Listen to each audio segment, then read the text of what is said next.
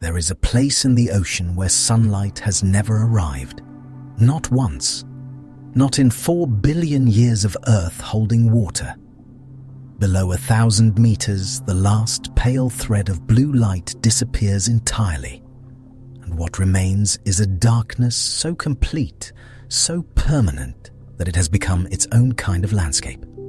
Pressured, cold, and alive in ways that ask us to reconsider what life actually needs. And yet, something lives there. Many things live there. They hunt there. They wait there. They glow. Hello there, and welcome to Deep Sea Slumber.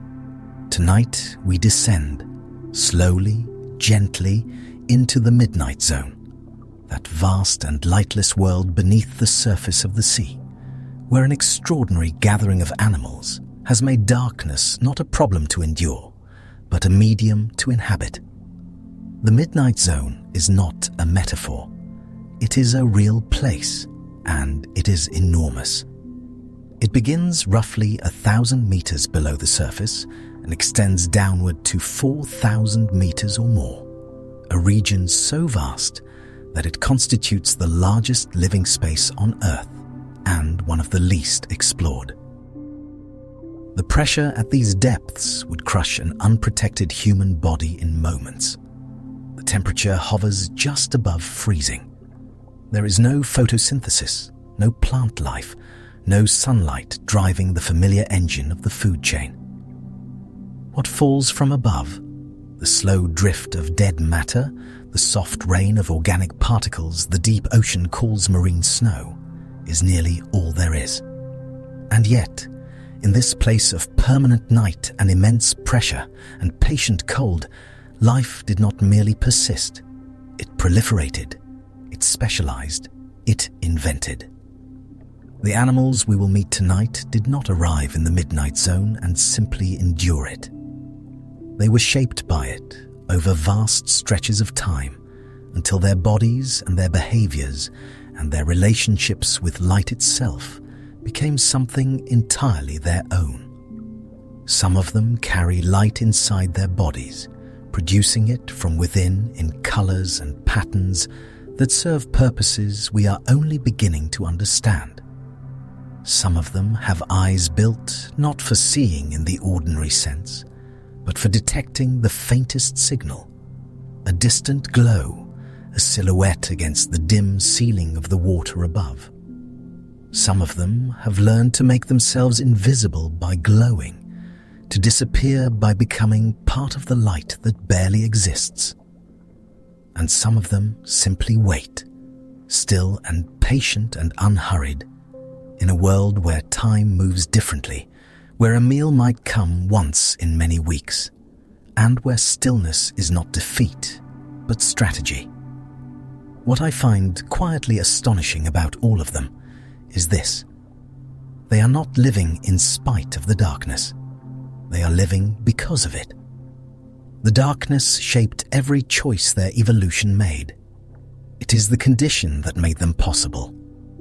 If you enjoy these gentle journeys, I invite you to like, subscribe, or share a thought below. It helps others find their way here too.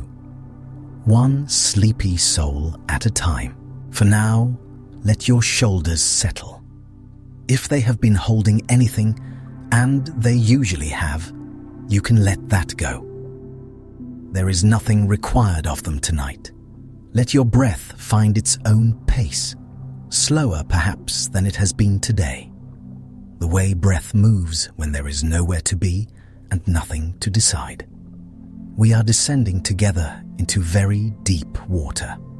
Not all at once, gradually, the way light actually fades in the ocean. First, the reds disappear, then the oranges and yellows, until only blue remains, and then the blue thins and dims, and finally gives way to something that is not quite darkness yet, but is no longer light. And then, gently, completely, the last of it goes. We are in the midnight zone now. The water around us is cold and very still. The pressure is immense, but we are not troubled by it. We are only observing. We are only here to look, quietly, with no urgency, at the animals that made this place their home. There are more of them than you might expect. The midnight zone is not empty. It is simply patient. It operates on a different scale of time and energy than the bright, busy world above. The creatures here have learned the deep economy of this place. Move carefully, spend little, wait well, and when the moment comes, be ready. We will spend this night among them. The anglerfish trailing its small cold lantern through the dark. The vampire squid drifting through a slow fall of particles with the unhurried grace of something that has been here for a very long time. The barreleye looking upward through its own transparent head. The dragonfish carrying a color of light that its neighbors cannot see.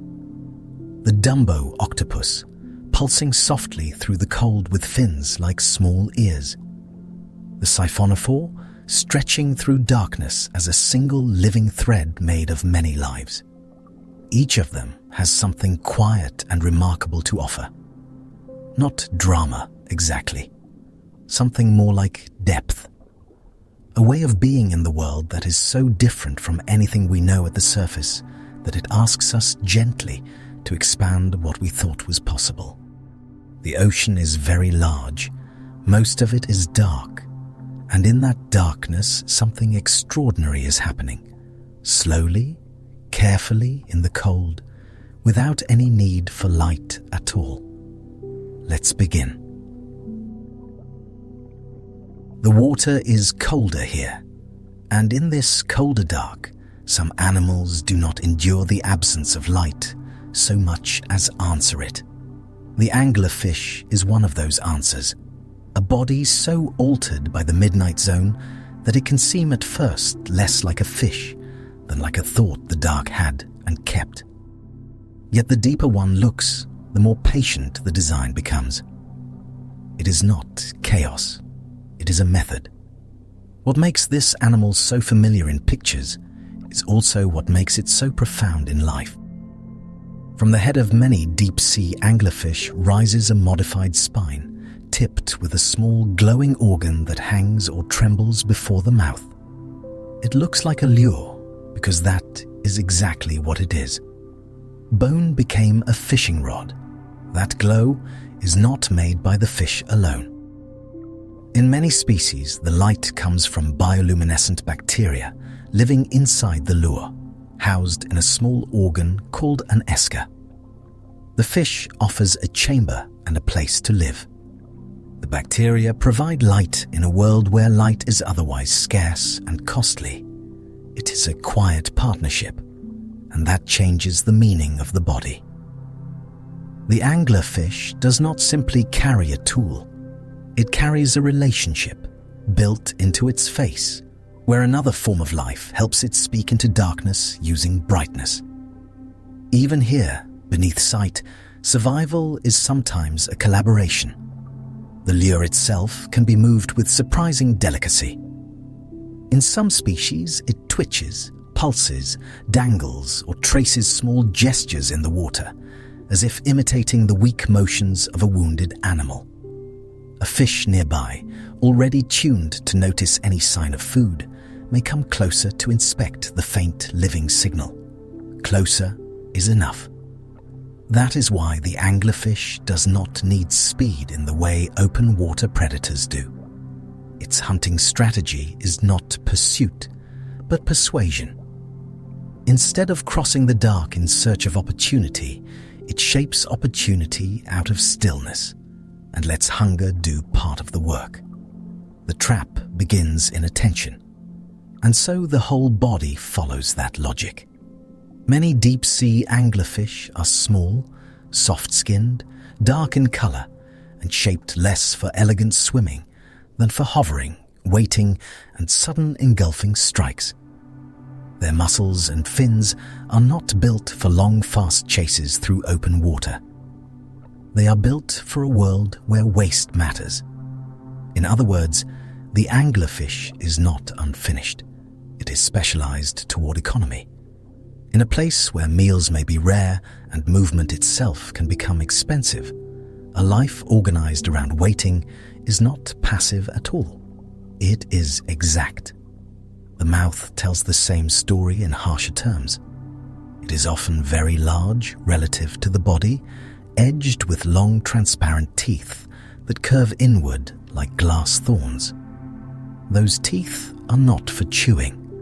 They are for making retreat difficult once a prey animal has crossed the threshold. Yet even here there is a kind of logic that settles into place when one sits with it. The deep sea often rewards the ability to take what arrives, even if what arrives is awkwardly shaped, almost too large, or available only once in a long while. A wide mouth is not greed here. It is preparedness. The stomach can stretch. The jaws can open farther than seems proportionate. Some anglerfish are capable of swallowing. The deep sea often rewards the ability to take what arrives, even if what arrives is awkwardly shaped, almost too large, or available only once in a long while. A wide mouth is not greed here. It is preparedness. The stomach can stretch. The jaws can open farther than seems proportionate. Some anglerfish are capable of swallowing prey near their own size, turning a brief chance into enough energy to last for a long time after. Feast and famine are written into the same anatomy. That means the body is not shaped by abundance, but by uncertainty. A rare meal must count fully. And when one animal can become a reservoir for future days, the border between eating and enduring begins to blur. One success can become time. Their eyes are often small. That detail can seem surprising in a creature that lives where vision is precious. But small eyes do not always mean poor design. They can mean that sight is only one part of a larger sensory arrangement, and perhaps not even the most trusted part. What makes this especially strange is that the anglerfish lives in a world where nearly every signal is partial. A faint bioluminescent blink, a pressure change, a slight movement in water, a shape detected too late to examine in full. Under such conditions, sensing becomes less about seeing clearly and more about being ready to act on fragments. That is why the lateral line matters so much.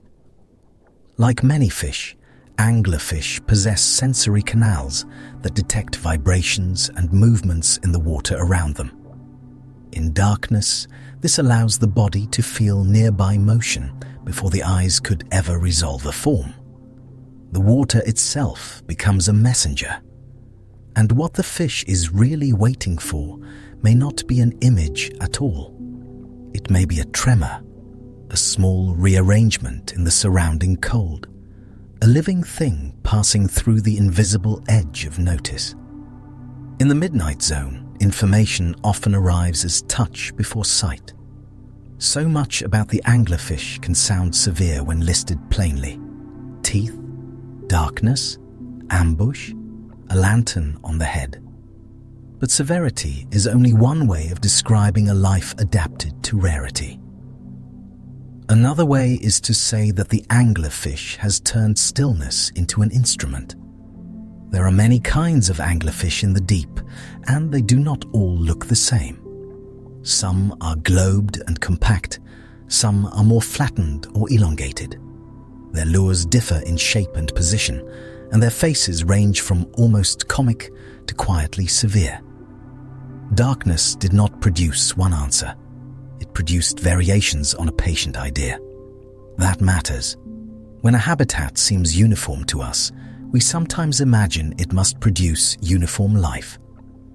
Yet the midnight zone, though dark throughout, contains layers, gradients, prey types, currents, and pressures that allow many distinct solutions to unfold.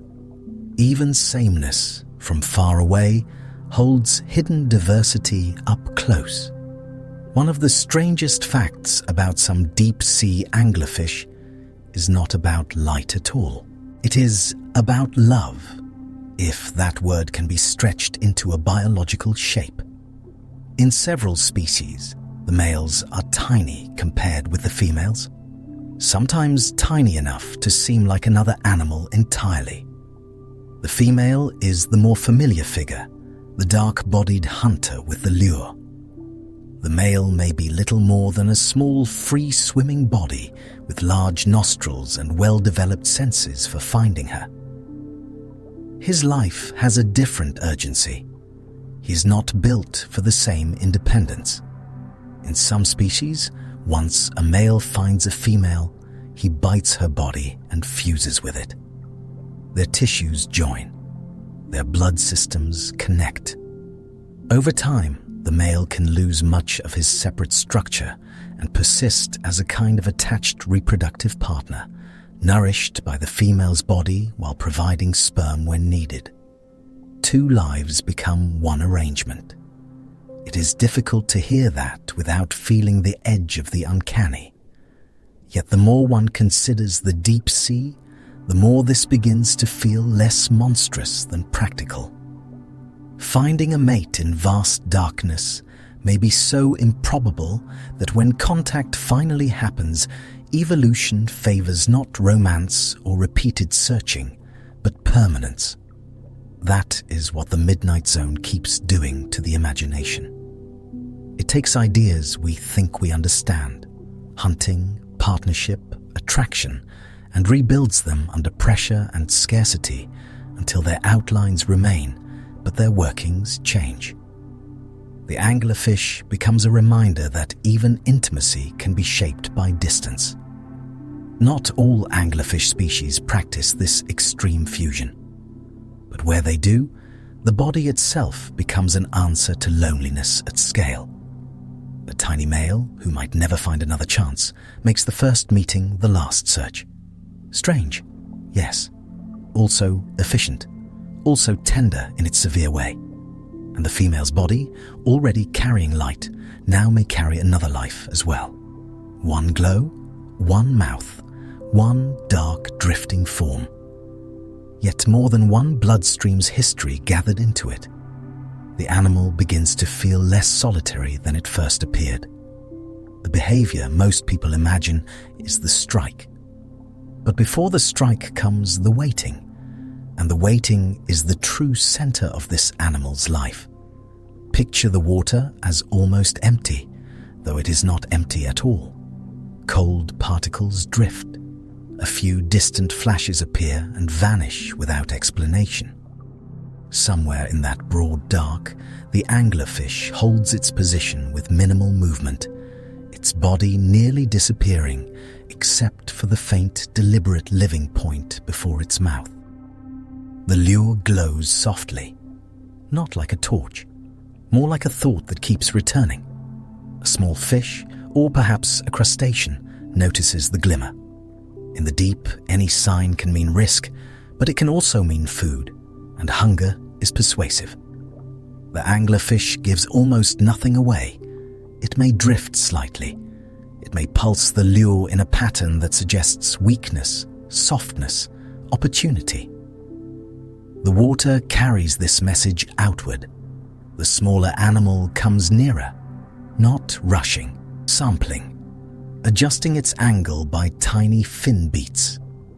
The lure wavers once, then settles, and for a moment there is a narrow geometry of attention between hunter and hunted, both suspended in black water, both reading the same faint signal for opposite reasons. Then the mouth opens. It is not a chase. It is an event. The jaws expand, the body lunges only as much as necessary, and the surrounding water rushes inward with the prey. Teeth meet their purpose. The dark closes again, almost at once. And after the strike, the stillness returns with surprising speed. No triumph follows, no display. The fish adjusts, settles, and resumes the quiet arithmetic of survival, meal becoming stored energy, waiting, becoming once again the dominant action. The lantern remains. This is one of the deep sea's recurring patterns. Violence is brief, patience is continuous. We often imagine predators as creatures of movement, force, and visible intent, but many midnight hunters spend far more of their lives in suspension than in attack. Their true skill is not motion, it is timing. That is why the anglerfish can seem almost meditative, if one allows the thought. Not gentle, not harmless, but deeply committed to the idea that action should come only when conditions are right. In a world of low returns, waste becomes its own danger. There is another layer to the lure that is easy to miss. Light in the deep is not neutral. It attracts, but it also reveals. To make yourself visible, even in a tiny way, is to announce a position in darkness where many mouths are also waiting. A glow is a risk. So the anglerfish lives inside a paradox. It survives partly by hiding, dark-bodied and quiet in the water, and partly by breaking that concealment with a visible signal. It must become both absence and invitation, both shadow and small star. What makes this beautiful is not just the glow itself, but the precision of it. The light is not broad. It does not flood the water. It is limited, local, controlled, enough to suggest something living without giving away the whole body behind it. The animal reveals only what it must. In other words, the anglerfish has not defeated darkness. It has learned to edit it. It places one bright mark inside the vast black field and lets the surrounding absence do the rest of the work. The deep remains dark. The fish simply writes in it. That may be the quiet genius of the anglerfish. It does not seek to overcome its world with force. It uses the rules already present. Hunger, rarity, motion, attention, shadow, distance. Its lure is effective because the midnight zone has made every creature alert to any sign at all. The fish turns scarcity into bait. And so the lantern on its head becomes more than a curiosity. It is a statement about what life does under constraint. When vision is limited, life does not give up on vision. It miniaturizes it, localizes it, recruits bacteria, reshapes bone, and invents a new way to speak across a few inches of black water. That small distance is enough. The anglerfish also unsettles a very human assumption about power. We often associate strength with speed, size, or dominance over space. But this animal shows another form of power entirely: the ability to alter behavior in another creature with the smallest possible gesture. A dim light, a tiny motion, a decision made elsewhere. That is a subtle kind of mastery, not control of the whole sea, only control of the moment that matters. And there is something else within its strangeness that feels almost familiar. Many lives, not only in the deep, are shaped less by constant action than by long periods of apparent inactivity punctuated by brief necessary choices. Waiting, sensing, conserving, acting when the opening comes. The anglerfish is an extreme version of a rhythm that life returns to often. Yet because its body is so unusual, we are forced to notice that rhythm more clearly. The oversized mouth, the still body, the living lure, the tiny male fused to the larger female in some species, all of it can appear alien enough to break us free from habits of thought. Then, in that break, a quieter understanding enters. Life is not committed to one style of being. The anglerfish belongs here because it shows what darkness can make possible when it is not treated as a failure of the world. In darkness, a signal can become more powerful because it is rare. In darkness, waiting can become active. In darkness, carrying your own light can be better than searching for someone else's. That is a strange elegance. Not brightness against dark in the ordinary sense, but brightness used with restraint, almost with humility, as if the fish understands that too much revelation would spoil the design. It glows only enough to make the world lean closer, and perhaps that is the deepest wonder in it. The anglerfish does not simply inhabit total darkness, it collaborates with it. The black water hides the hunter, frames the lure, narrows attention, and lets a single point of light mean more than it ever could near the surface. The darkness is not the obstacle, it is part of the apparatus. So the fish drifts there, beneath all weather. It miniaturizes it, localizes it, recruits bacteria, reshapes bone, and invents a new way to speak across a few inches of black water. That small distance is enough. The anglerfish also unsettles a very human assumption about power. We often associate strength with speed, size, or dominance over space. But this animal shows another form of power entirely: the ability to alter behavior in another creature with the smallest possible gesture, a dim light, a tiny motion, a decision made elsewhere. That is a subtle kind of mastery, not control of the whole sea, only control of the moment that matters. And there is something else within its strangeness that feels almost familiar. Many lives, not only in the deep, are shaped less by constant action than by long periods of apparent inactivity punctuated by brief necessary choices. Waiting, sensing, conserving, acting when the opening comes. The anglerfish is an extreme version of a rhythm that life returns to often. Yet because its body is so unusual, we are forced to notice that rhythm more clearly. The oversized mouth, the still body, the living lure, the tiny male fused to the larger female in some species, all of it can appear alien enough to break us free from habits of thought.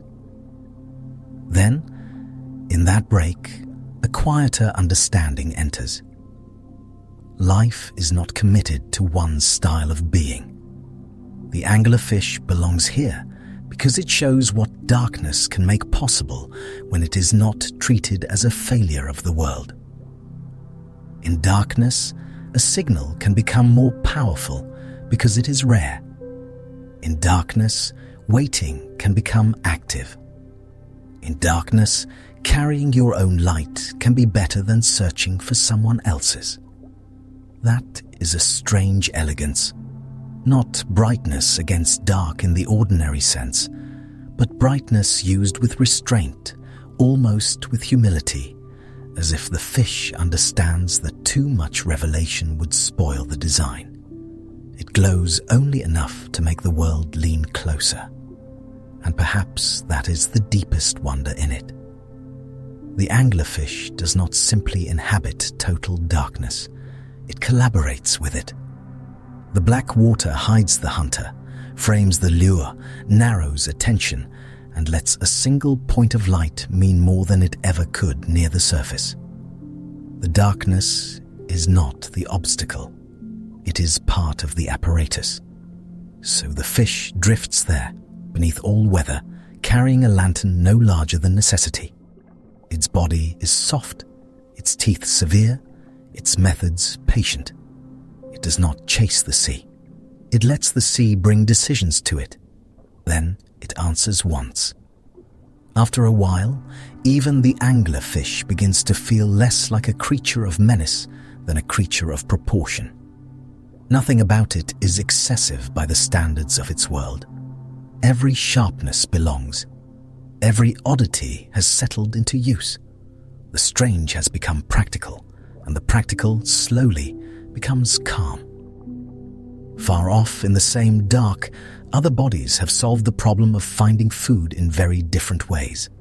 Some chase what flickers, some swallow rarity whole, some vanish by making light of their own. The midnight zone keeps opening into further variations on the same old challenge of being alive where almost nothing can be seen. For now, though, the lure dims into distance. The little lantern drifts, then seems not to drift at all. And somewhere beyond that patient point of light, another hidden life is already waiting in its own manner for the dark to speak. The water is colder here. Not by a little that a human hand would easily notice, but by the kind of little that matters in deep water, where tiny differences shape where a body can afford to live. In this cold, in this dark, there drifts an animal with a name that sounds dramatic and a life that is almost the opposite. The vampire squid is not a fast hunter of blood or flesh. It is, in many hours of its existence, a quiet gatherer. Its scientific name, Vampiroteuthis infernalis, means something like vampire squid from hell. That sounds as though the animal should arrive in a burst of menace, all fangs and pursuit.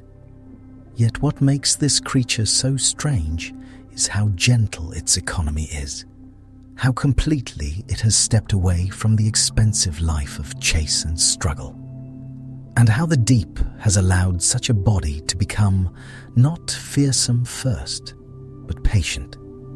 It is one of those moments when naming reveals more about human imagination than about the animal itself. The creature remains what it is. It is not truly a squid, and not truly an octopus. It belongs on a branch of cephalopod life all its own, with traits that seem to remember both. It has 8 arms, but also 2 long retractile filaments, delicate threads that can extend far beyond the body and then be drawn back in again. Even its place on the tree of life feels like a kind of suspension, as though it has been quietly holding an older arrangement of possibilities, while the rest of its relatives moved in other directions. It lingers. That ancient quality is visible in the body. The skin is usually a deep velvety red, sometimes appearing black in the dark water where red light does not travel far. Between the arms stretches a cloak of webbing, soft and dark, so that when the arms spread, the whole animal can resemble a small turned umbrella or a drifting cape. That is why the old dramatic name attached itself so firmly. But in the midnight zone, red is not flamboyant. It is hidden. This is one of the deep sea's quiet reversals. Near the surface, red can be bright, warm, impossible to miss. Beneath, where the long wavelengths vanish first, red becomes a kind of absence, a color that turns into darkness ahead of all the others. The vampire squid wears what, in another world, might have been a striking body, and here it becomes nearly invisible, a reminder that color only means what the surrounding light allows it to mean. Nothing is fixed for long. Its eyes are large. They have to be. In dim water, any faint sign matters, and a large eye can gather more of the little light that exists. Yet the eyes of the vampire squid also suggest another truth about deep-sea life. Seeing is still important, even where there is almost nothing to see, because almost nothing is not the same as nothing. A single glimmer can still change everything. Along the tips of its arms and across parts of its body are photophores, small light-producing organs. These are not arranged into a constant lantern like some other deep-sea creatures carry. They are quieter than that, more intermittent, scattered like restrained punctuation on a dark sentence. The animal can produce brief blue glows and at times even release a cloud of luminous mucus, a drifting veil of light in the water. Then it goes dark again. That darkness matters. Light in the deep is costly, whether in energy or in risk. To glow is to say something into a place where almost every message can be intercepted. So the vampire squid uses light with a kind of reluctance that feels almost philosophical, as if the body has learned that, in a vast and hidden world, the best signal is often the one you save for necessity. It spends carefully. Its blood carries oxygen with unusual efficiency. Part of this comes from hemocyanin, a copper-based oxygen-binding molecule that gives cephalopod blood its bluish cast.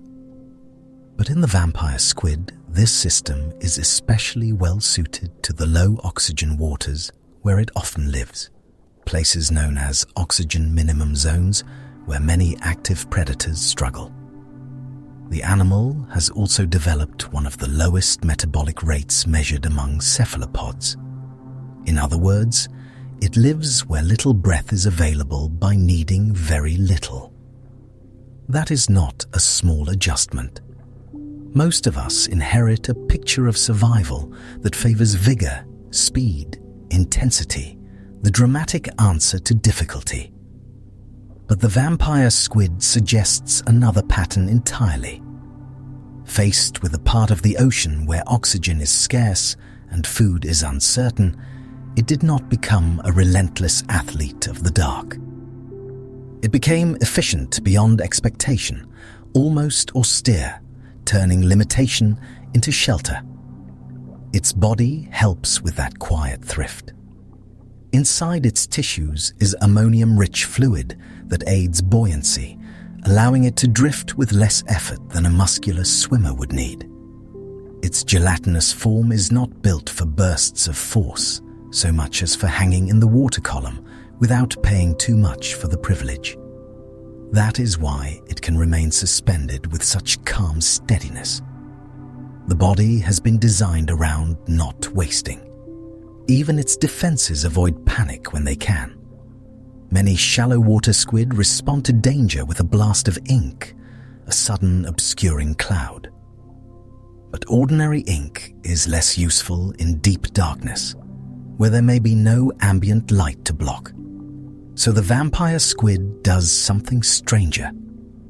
It can draw its webbed arms upward and inward over its body in what is sometimes called the pineapple posture, turning itself into a dark, spiny-looking bundle while exposing harmless, fleshy projections called chiri. This posture is part disguise, part hesitation. The animal does not become stronger than the threat. It becomes harder to understand. In a world where encounters may be brief and uncertain, confusion can be enough. And there is something quietly elegant in that, in the idea that survival does not always require overpowering danger, but sometimes only altering the shape of the moment so that attack no longer feels simple. The chiri themselves are easy to misread. They can look like sharp hooks or spines, but they are soft sensory structures, not weapons. They line the inner surfaces of the arms and help handle food. Yet when the cloak closes and the body folds inward, these soft parts contribute to an appearance of threat that the animal does not truly possess.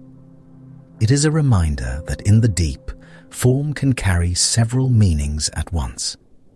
Gentle things may look severe, and the filaments may be the strangest part of all.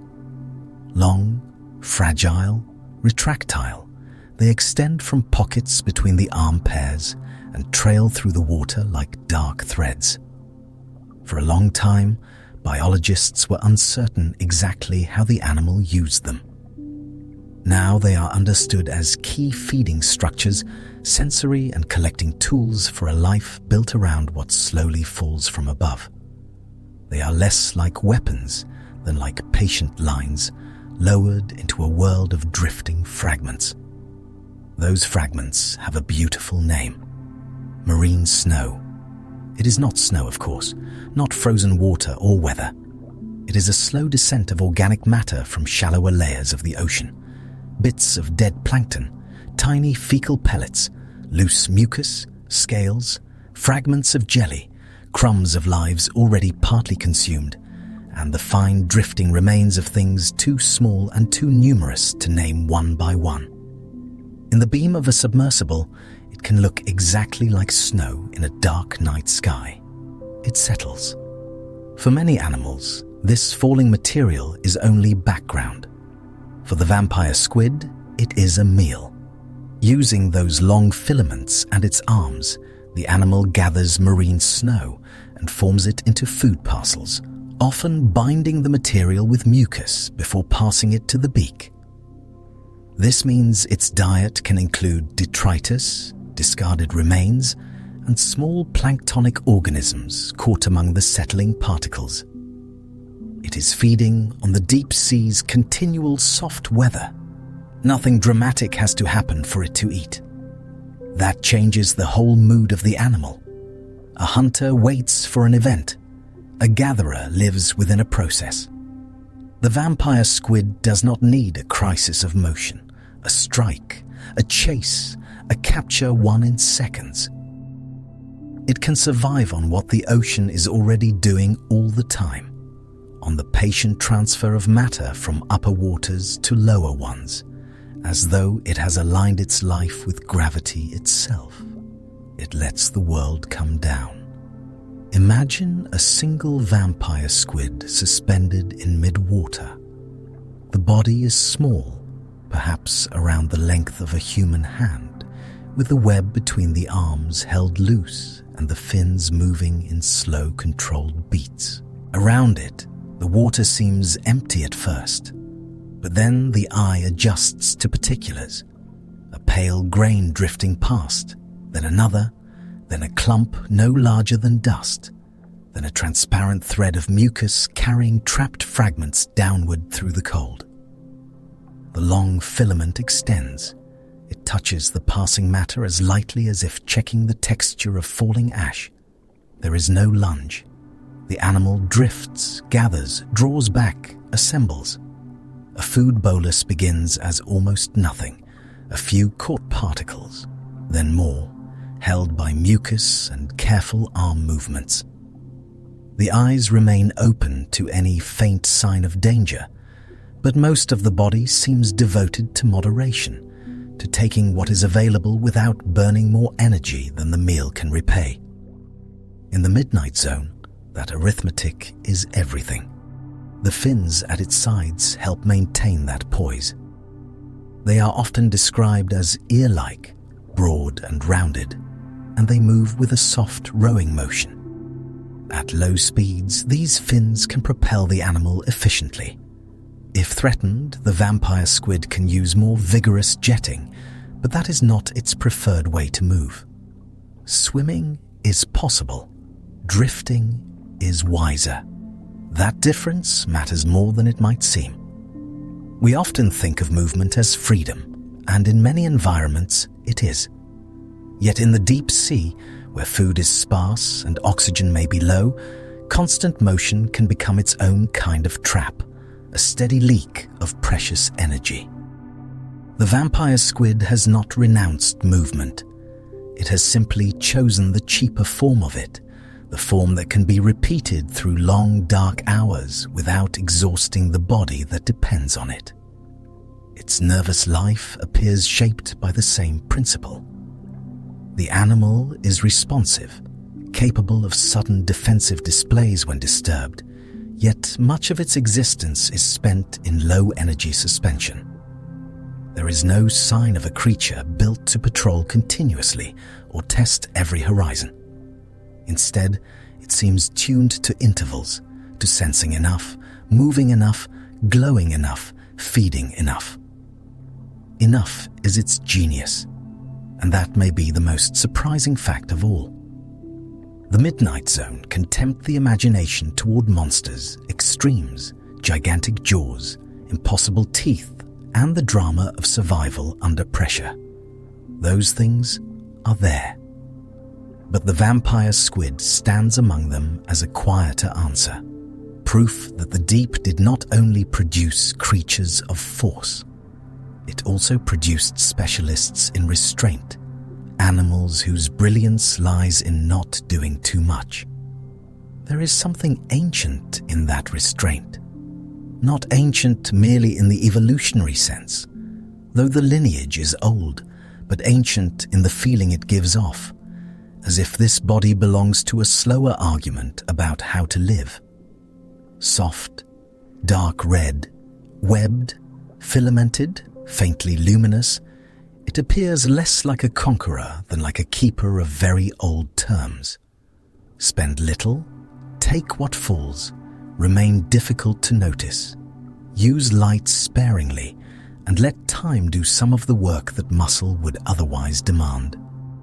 It survives by agreement with the place.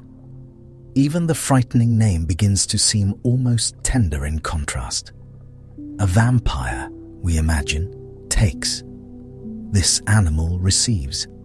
A creature from hell, we imagine, would rage or pursue. This one drifts in one of the quietest economies on Earth, collecting the leftovers of a distant sunlit world that it will never see. The name stays, but it becomes hollow around the truth. The truth is softer. And yet, softness here is not weakness. Softness can be an adaptation so complete that hardness becomes unnecessary. A rigid, forceful, urgent body would pay heavily for itself in this environment. The vampire squid shows what happens when evolution removes every excess it can, until the result is not a lesser creature, but a more exact one.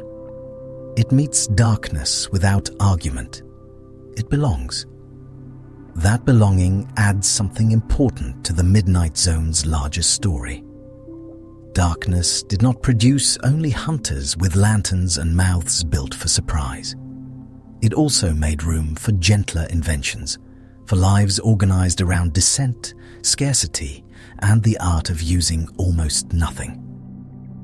The vampire squid turns the deep into a place where patience is not simply endurance.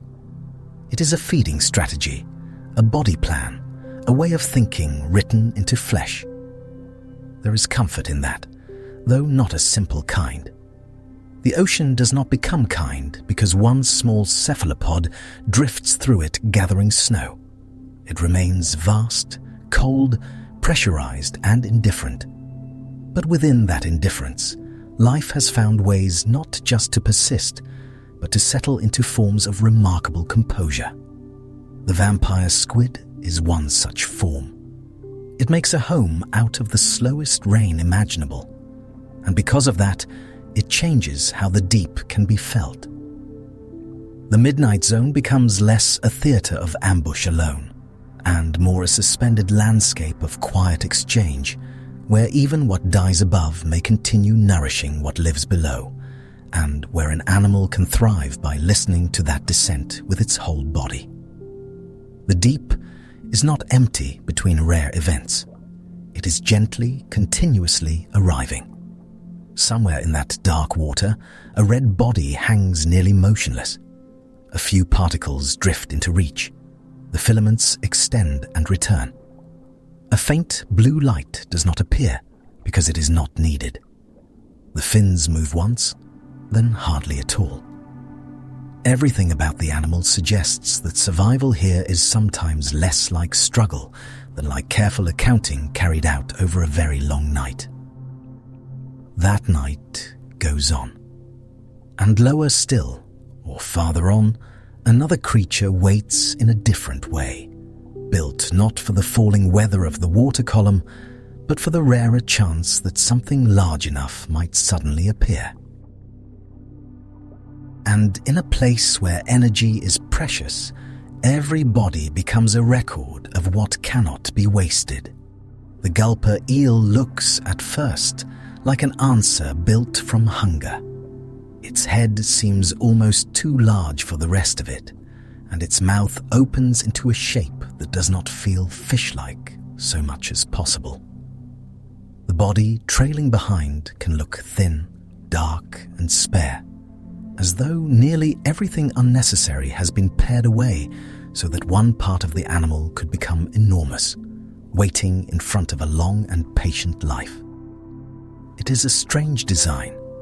People sometimes call it a pelican eel because the mouth can swell into a pouch-like curve. That comparison helps, though it only goes so far. What makes this mouth remarkable is not only its width, but the looseness of its hinges, the stretch of its tissues, and the way the lower jaw can swing open into a wide, delicate net in the dark water. It does not bite like a fast hunter. It receives. The jaws are lined not with the heavy equipment of a fish that wrestles prey, but with small teeth and thin bones that seem almost too light for such a dramatic structure. Yet that lightness is the point. A massive skull, thick muscles, and powerful crushing jaws would be expensive to carry through a world where meals may be separated by long spans of empty water. And so the gulper eel has taken another path, building a trap that can briefly become immense without forcing the whole animal to live like something large all the time. It saves where it can. That is why the mouth feels less like a weapon than a stored opportunity. Most of the time, it is simply there, folded into the outline of the animal, moving through darkness with the rest of the body. Then, when something living appears in range, the whole front of the eel can become a different scale of creature for a moment, as if scarcity has taught it to stay modest until the exact second modesty would lose the meal. The deep shapes bodies this way. Its body is often described as whip-like. That word is useful, but not complete. A whip suggests force and speed, while the gulper eel often gives another impression, something more like a dark thread drifting beneath the water, with a head at one end that carries a possibility out of proportion with the rest. The contrast is the animal, almost all promise at the front, almost all restraint behind. The stomach can stretch as well. This is one of the details that quietly changes the whole meaning of the fish. A mouth that opens wide would matter less if the body behind it could not also make room for what arrives. So the gulper eel carries elasticity forward into digestion, turning itself into a creature prepared not for steady feeding, but for the rare event that must count. Preparedness continues inward. Many deep-sea animals teach some version of patience. The gulper eel teaches patience with architecture. Its form says that survival is not always about performing the right action again and again, but about holding the right possibility in reserve for a long time, even when doing so gives the body an odd and improbable shape. It waits in its own proportions. Yet there is another detail that keeps the animal from seeming only like a mouth. At the end of its long tail is a luminous organ, a small glowing tip that can produce light in the dark. This point of brightness is modest compared with the drama of the jaws, but it changes the feeling of the whole animal, because now the eel is not merely open to chance. It may help create the chance. Bioluminescence appears again and again in the midnight sea, though each creature uses it differently. In the gulper eel, the glowing tail seems to function as a lure, a small signal trailing behind a body otherwise difficult to notice.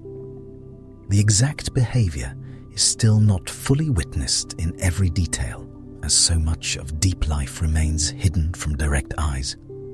But the structure suggests a quiet logic.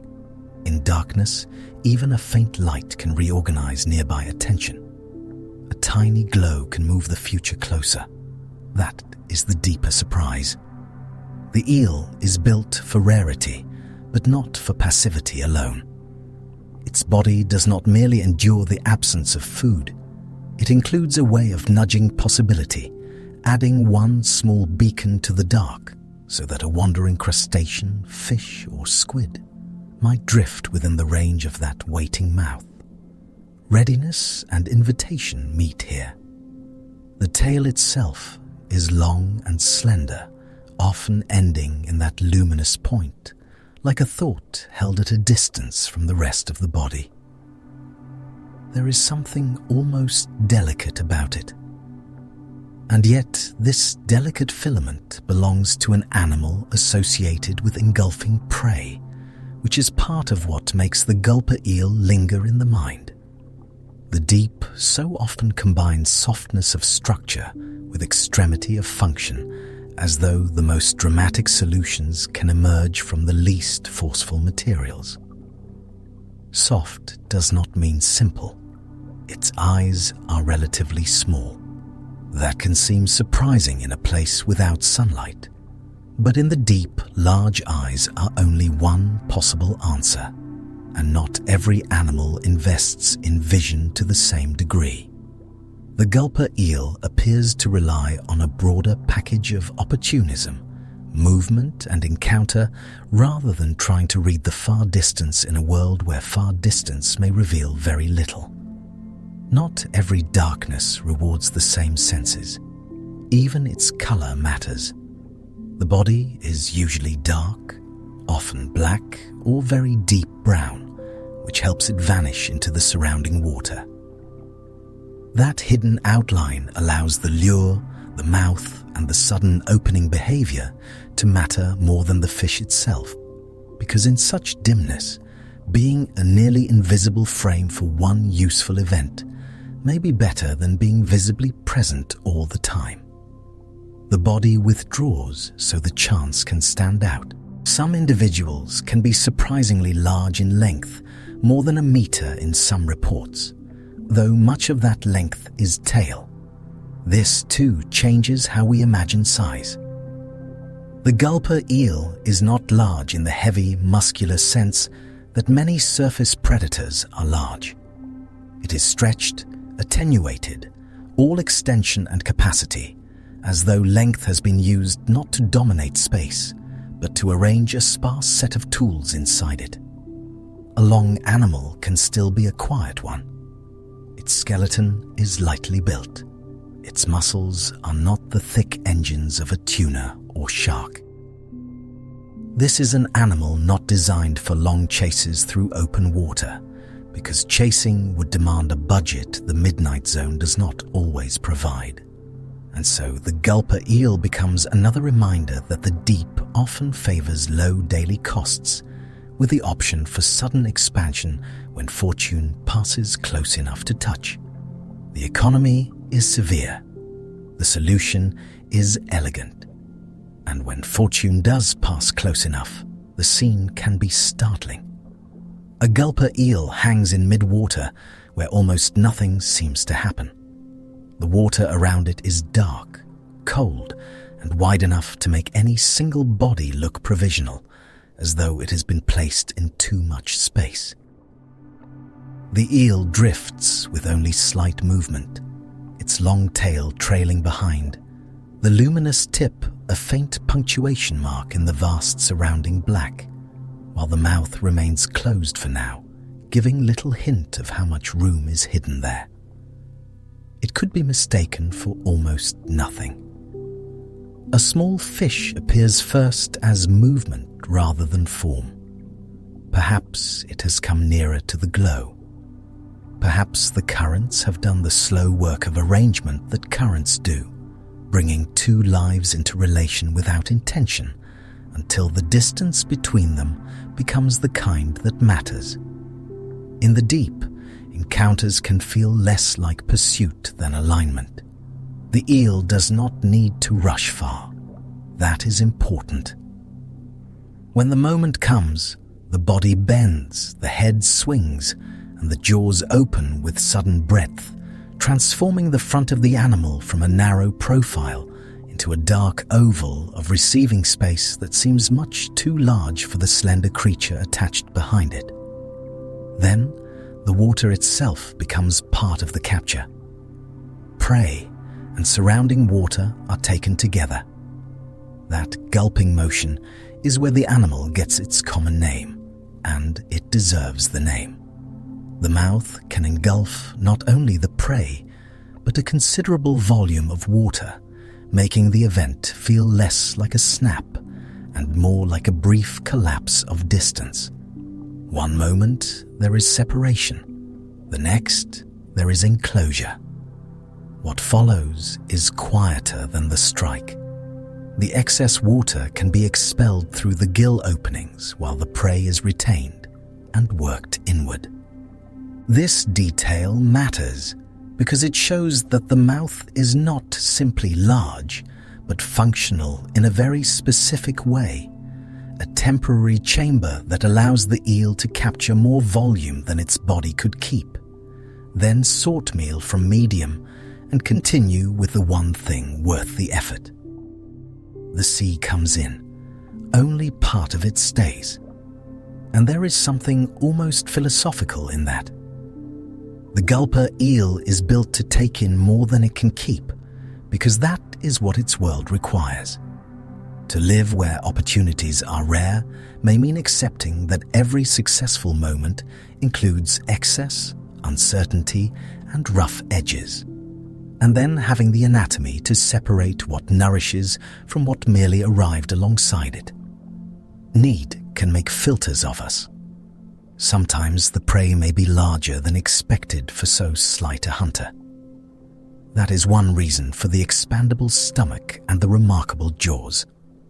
A fish that feeds regularly can afford to be selective in one way, but a fish that may not meet the next good meal soon has reason to become selective in another way, choosing instead to be ready for scale itself, for the possibility that the next chance comes oversized and must still not be refused. Scarcity rewards acceptance. Yet even here the eel is not reckless. There are limits. The old image of a deep-sea animal swallowing anything at all is often too simple, because real bodies still obey physics, tissue strength, and the costs of digestion. But the gulper eel does stretch our sense of what a slender fish can attempt, and in doing so, it reveals how deeply the shape of opportunity has entered its design. Its body has been taught by infrequency. For a long while after feeding, there may be little to see again. The water closes around the event. The eel returns to drift, carrying inside it the captured proof that long preparation can justify itself in an instant, and the tail resumes its faint extension into the dark, a soft light perhaps waiting to gather the next narrow chance whenever the wide emptiness decides to offer one. Then stillness returns. This is where the gulper eel becomes more than an odd fish with an oversized mouth. It becomes one of the Midnight Zone's clearest statements about rarity. Many worlds are built around repetition. Daily grazing, regular migrations, familiar feeding grounds, cycles that return often enough for behavior to settle into rhythm. The gulper eel belongs to a different arithmetic. Its life may hinge on intervals. What makes this so quietly moving is that the animal does not resist that arithmetic by becoming frantic. It does not solve scarcity with constant motion. It solves scarcity by making itself capable of consequence when consequence briefly appears, which is a different kind of intelligence written not in a brain we can easily praise, but in tissues, hinges, elasticity, and patient darkness. The wisdom is structural. In other words, the gulper eel is not a monument to excess. It is a monument to selective excess. Only certain parts have been enlarged. Only certain possibilities have been overbuilt. The rest remains spare, because in the deep, extravagance is most useful when it is precise. That precision has a strange emotional feel to it. The animal can look almost unfinished, as though nature sketched a giant mouth first, and then added only what was necessary to let that mouth survive between occasions. And yet, nothing here is careless. What seems exaggerated is in fact disciplined by scarcity so completely that even the bizarre becomes practical. Necessity can look surreal from the outside. There is a lesson here, though not a tidy one. We often imagine survival as repetition well performed, the daily competence of doing what works and doing it again. But the deep contains lives where the better strategy is to remain available to the unusual, to keep one improbable capacity ready through long spans of nothing, and to trust that the rare event, when it arrives, can sustain more than frequency ever could. Some worlds are won by rhythm, others by readiness, and readiness has a shape. In the gulper eel, it is a jaw that can become a chamber, a stomach that can make room for surprise, a tail that offers a small invitation to whatever wanders nearby, and a body so restrained in its ordinary state that all its stored intention can remain affordable. This is not abundance. It is preparation made visible. The eel seems to say that emptiness does not always ask life to become less. Sometimes it asks life to become strategically strange. When food is scattered and the distances are vast, a creature may survive not by matching the world in scale, but by answering it with one carefully enlarged possibility, held in reserve until the right moment opens. The mouth waits, the tail glows. There is something very deep-sea about that combination. Darkness, waiting, one brief signal. A body reduced almost to essentials, except where the world has made an exception necessary. The gulper eel carries that exception at both ends of itself, lure behind, vast opening ahead, and between them the long, quiet line of an animal crossing a place where chances are few and therefore must be met completely. It is a life built around maybe, and maybe is not a weak thing here. It is the condition under which the whole design makes sense.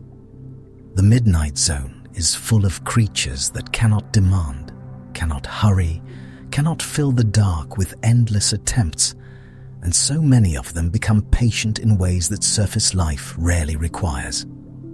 The gulper eel is patient not because it lacks drama, but because its drama must be saved for the one opening that matters.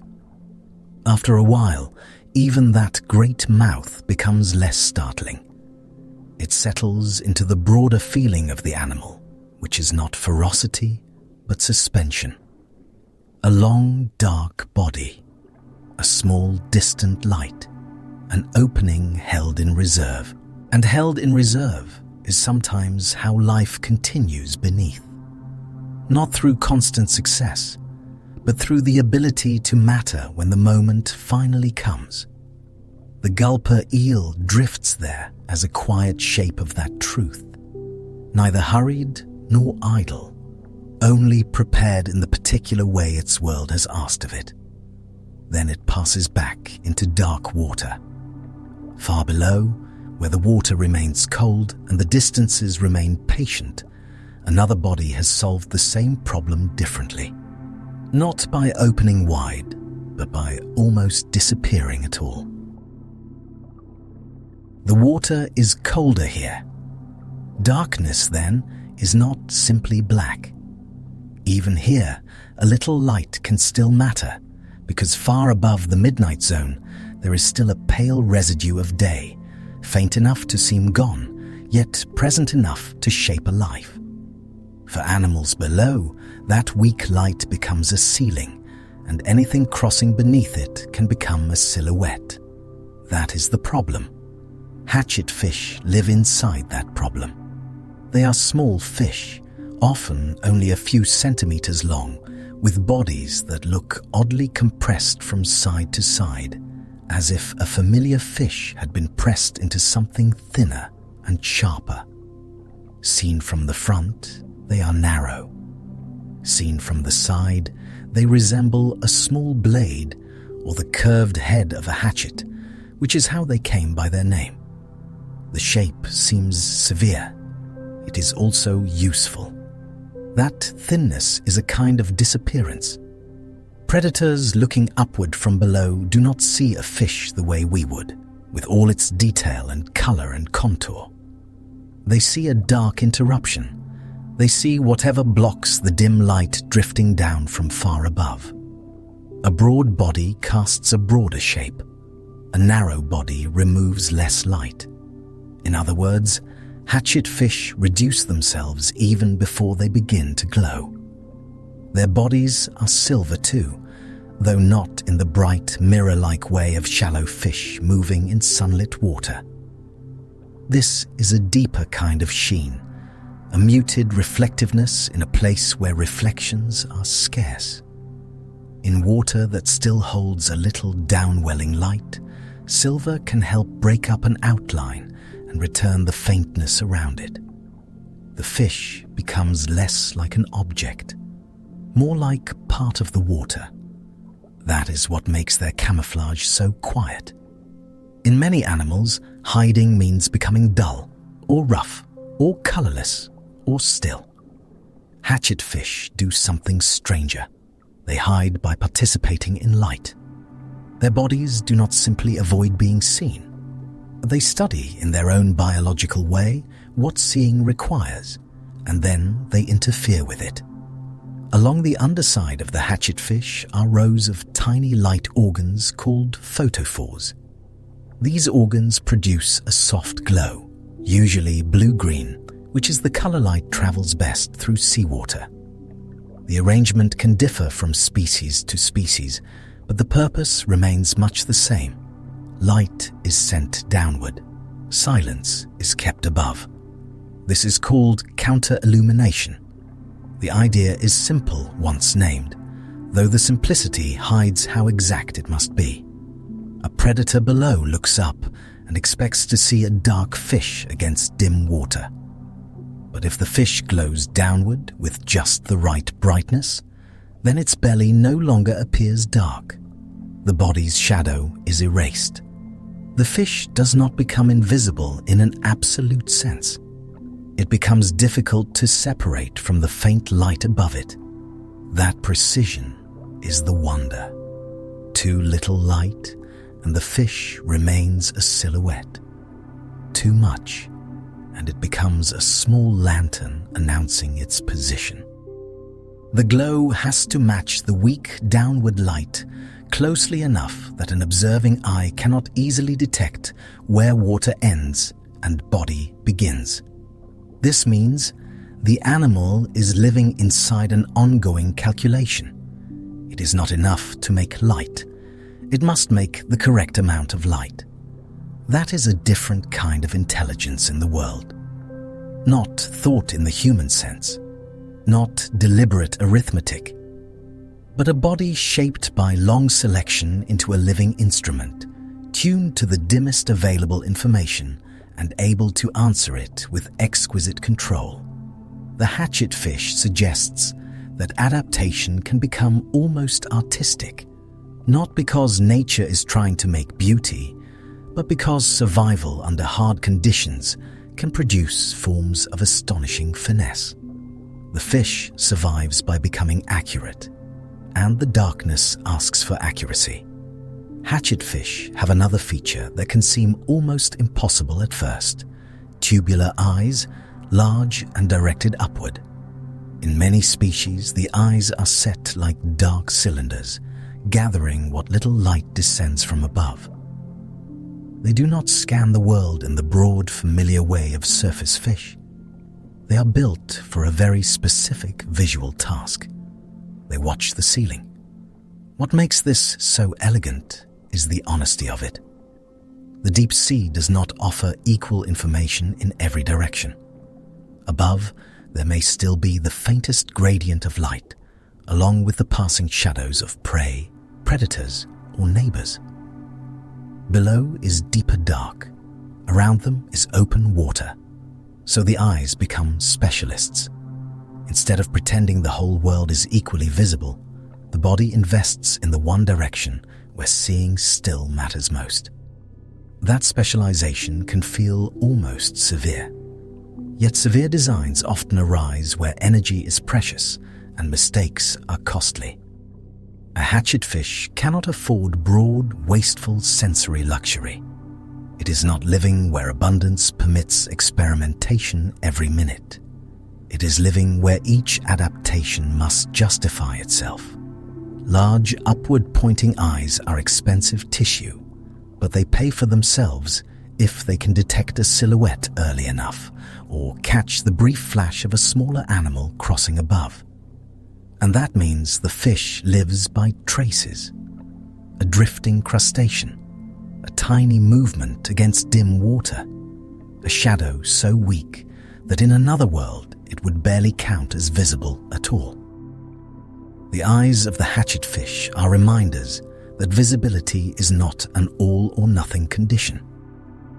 There are depths where survival depends on noticing the almost seen, the nearly erased, the thing that exists just one shade away from absence. Some species of hatchetfish can also rotate those tubular eyes somewhat, widening the range of what they monitor. This makes the eyes less fixed than they first appear. The animal is not trapped in a single stare. It retains some flexibility within its specialization, which is often how deep-sea design works. Not a perfect solution to every problem, but a careful compromise that remains useful across shifting conditions. That is why these fish feel so finely made. Everything about them speaks of trade-offs accepted with precision. A compressed body, a silvered side, upward eyes, downward lights. Each feature addresses a world in which danger can come from below, food may pass above, and the dim residue of sunlight still has enough force to betray a body. The hatchetfish is not merely living in darkness, it is living in partial darkness, which may be even harder. Total blackness at least hides everyone equally. But the midnight zone is layered.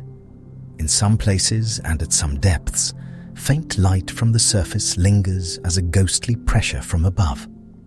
It does not illuminate. It reveals only outlines. That kind of light creates a harsh economy of shape. It rewards thinness, timing, and exact brightness. It makes a fish into both body and illusion. Many hatchetfish take part in daily vertical migrations, rising toward shallower depths at night and sinking again by day.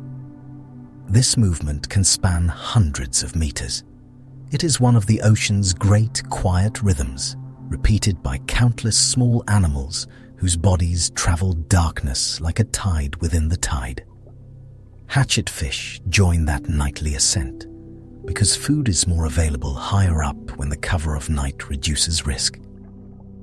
Yet even night is not simple. Nearer the surface, there is often more feeding opportunity, but there is also more exposure. So the fish moves through a changing ladder of light, adjusting not only its depth, but the terms of its visibility. Down below, the pressure is greater and the dark is steadier. Higher up, the water may hold more life, but also more eyes. Migration becomes not just travel, it becomes negotiation, and the body is built to negotiate. The hatchetfish's silvery flanks and luminous underside make sense only in relation to this vertical life, where above and below matter differently, and where an animal can spend each 24-hour cycle moving between versions of the same dark. To us, darkness can seem uniform from a distance. To a hatchetfish, darkness has altitude, it has texture, it has consequences. There is something quietly moving in that. These fish are not large predators with dramatic jaws, nor soft drifters trailing visible extravagance. They are modest animals. Their wonder is easy to miss because it appears as subtraction, less silhouette, less reflection, less detectable body. But making less of yourself in exactly the right way can be as complex as growing something grand. Imagine the scene below. Far above, the ocean's surface is unreachable and unseen, yet some residue of the world beyond still filters down as a weak bluish haze. In that dim field, a hatchetfish hangs almost motionless for a moment, then tilts and glides, its narrow body catching little. Beneath its belly, the photophores answer the overhead light with a glow so soft it seems less emitted than implied. A larger fish passes below, looking upward into the faint water, and for an instant there is almost nothing to seize upon. The hatchetfish has not fled. It has thinned into the background. Then a small crustacean drifts above, one of the many brief chances that sustain life here. The tubular eyes catch the tiny silhouette.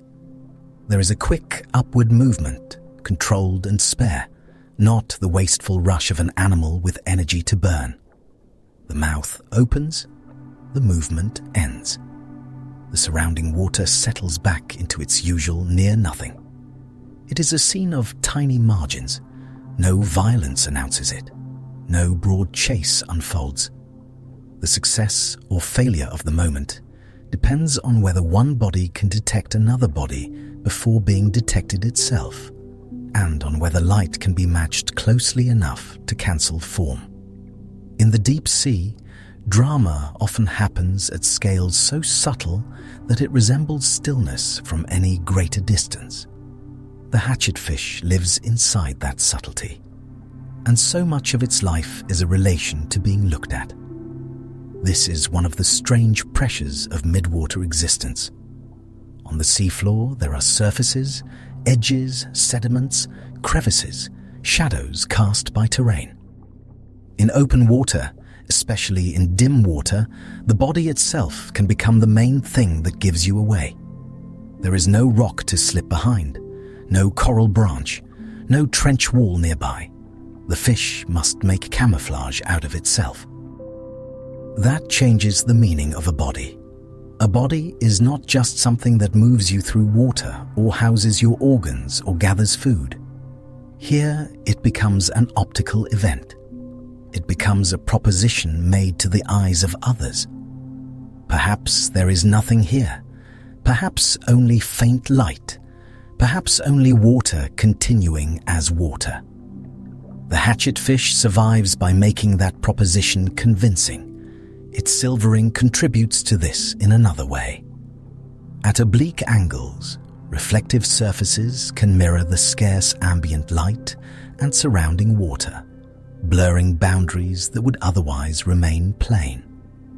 In brighter seas, many fish use silver to vanish in a world full of shifting highlights. In the midnight zone, the same principle is carried into near darkness, where even the smallest available light is enough to matter. The fish does not need abundance to use optics. It needs only a trace. That feels like a deep-sea principle. So many midnight zone animals work not with plenty, but with remnants. Faint light, falling food, rare encounters, weak signals. The hatchetfish belongs to that patient economy. It does not demand a bright world and then suffer for lacking one. It builds a life around what remains, discovering that even leftovers of light can become material for design. There are species differences among hatchetfish, of course, and the group contains a range of forms spread through deep pelagic waters around the world. Some are stubbier, some more elongated. The exact pattern of photophores varies. Eye structure and migration depth can differ, but beneath those differences is a shared solution to a shared problem. How to exist in a place where being visible from below may be the greatest danger of all. This is the wonder pivot, quietly waiting. At first, the midnight zone can seem like a world defined by what is missing. No sunlight in the ordinary sense, few landmarks, little color, at least as we know it. But the hatchetfish revealed something else. Even where almost nothing remains, life can become more exact, not less. Constraint does not always shrink possibility. Sometimes it sharpens it until adaptation becomes nearly delicate. A fish that disappears by glowing is not just an oddity. It is an answer to a very old question. How does a living thing continue in a world that notices shapes? Some animals answer with armor, some with speed, some with venom, bulk, transparency, burrowing, schooling, or darkness. The hatchetfish answers by studying the terms of visibility and quietly revising them. It makes the act of being seen less certain. There is humility in that answer. The fish does not dominate its environment. It does not transform the deep into somewhere safe. It meets danger with precision and restraint, becoming smaller in effect than it is in fact. In a human imagination, survival is often pictured as assertion, force, arrival. But here, survival is subtraction. It is the patient removal of outline, and that feels true beyond the fish itself. There are times in nature when success belongs not to what is loudest or largest, but to what best understands the conditions around it. The hatchetfish is a small silver argument for attunement. It suggests that belonging in a harsh place may depend less on resisting that place than on learning its faint rules so thoroughly that your own body begins to speak them. The fish glows because the water glows above it. It vanishes by agreeing. That agreement is never perfect forever. Light changes with depth, weather, time, and water clarity. Predators evolve sharper senses. No camouflage grants absolute safety. The hatchetfish remains vulnerable, as all deep-sea animals do. But vulnerability itself can drive refinement. The body becomes a site of continual compromise, never finished, always good enough for now. There is something ancient in that ongoing adjustment, and calm in it too. Because the hatchetfish does not need a grand victory over darkness. It needs only to pass through one more stretch of water without becoming a target. One more upward movement. One more dim feeding interval. One more return downward when the world above grows dangerous again. Life at this scale is not built from conquest. It is built from many small avoidances.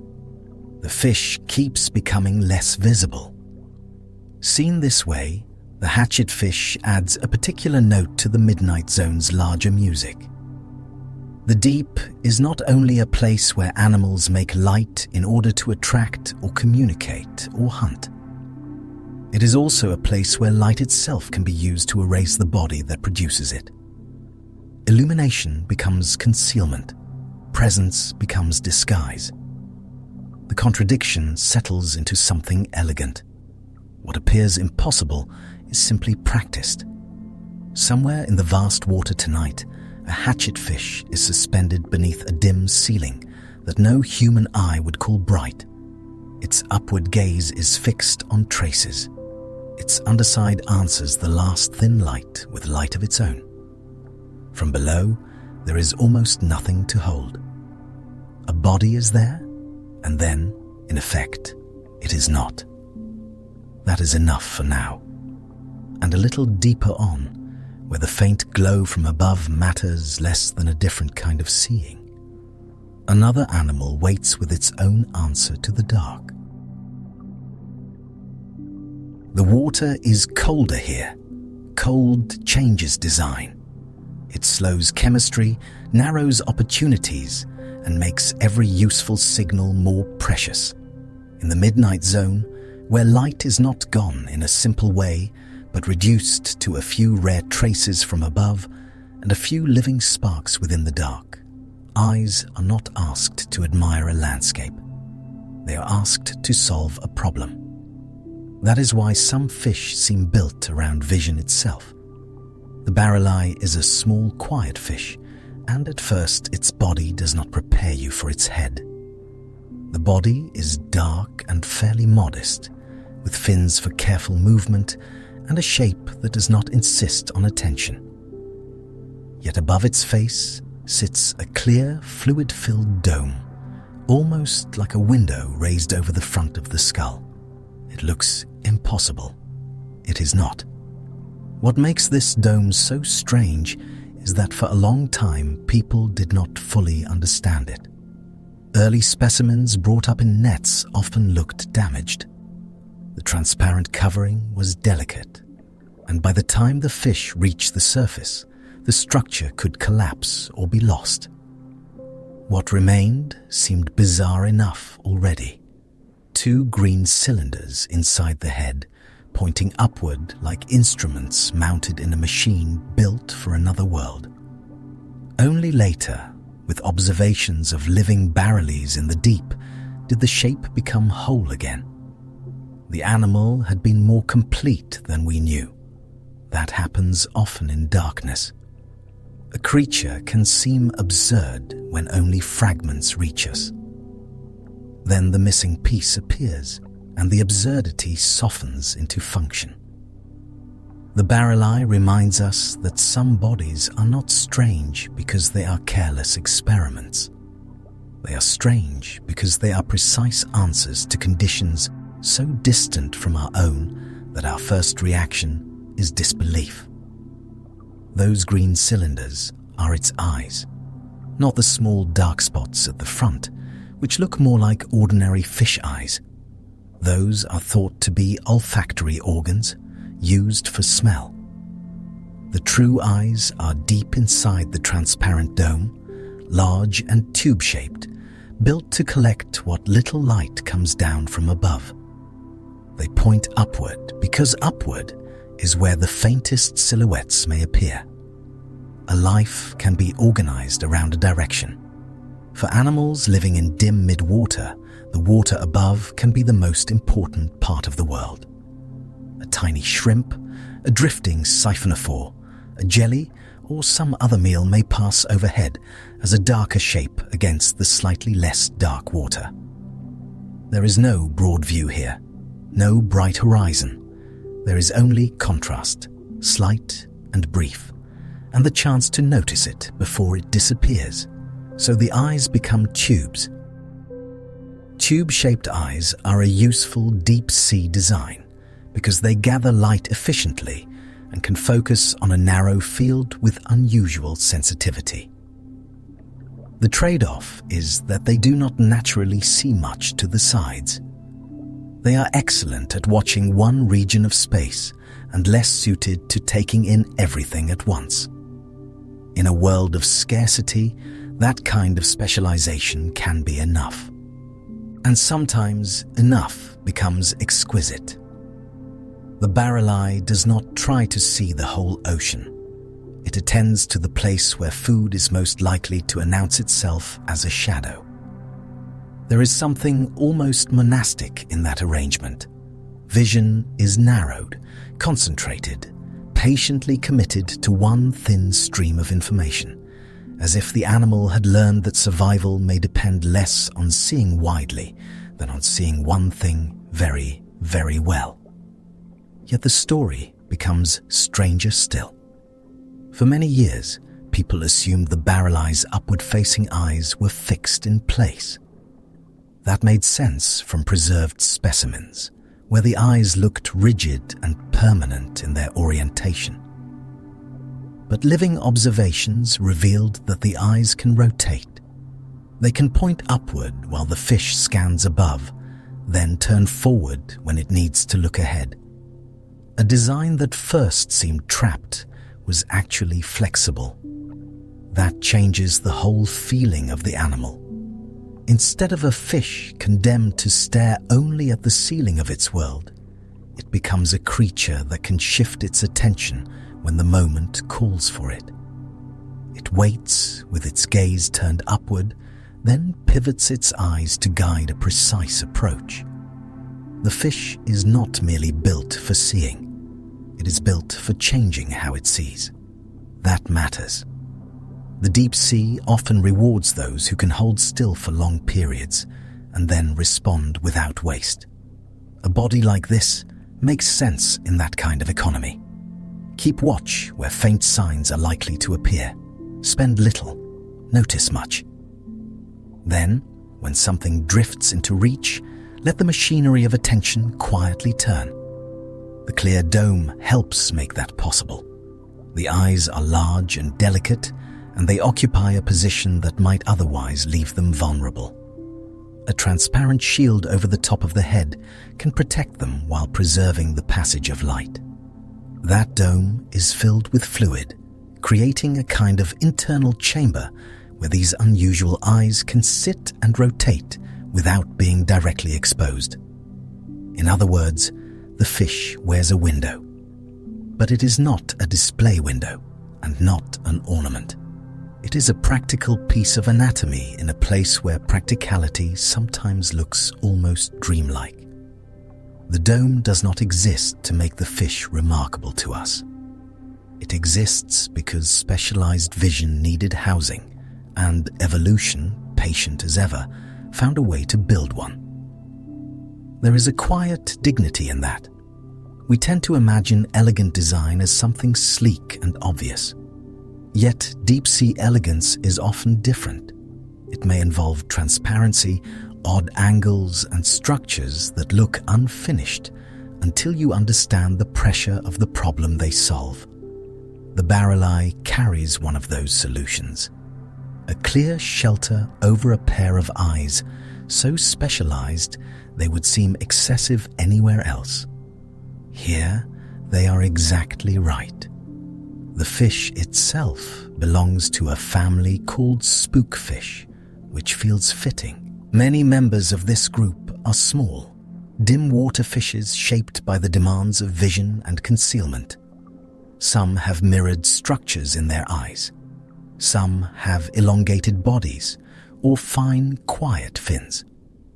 In this family, the familiar architecture of a fish begins to loosen, and new optical experiments appear. That is what darkness can do. When sunlight fades, the ocean does not stop making beauty. It shifts beauty into engineering. Surfaces become instruments. Pigments become filters. Organs become answers to questions that shallow water never asks. The barreleye is one such answer, and a patient one, shaped not for spectacle, but for a very thin line between not seeing and seeing. Its eyes are often described as green, and that color is not incidental.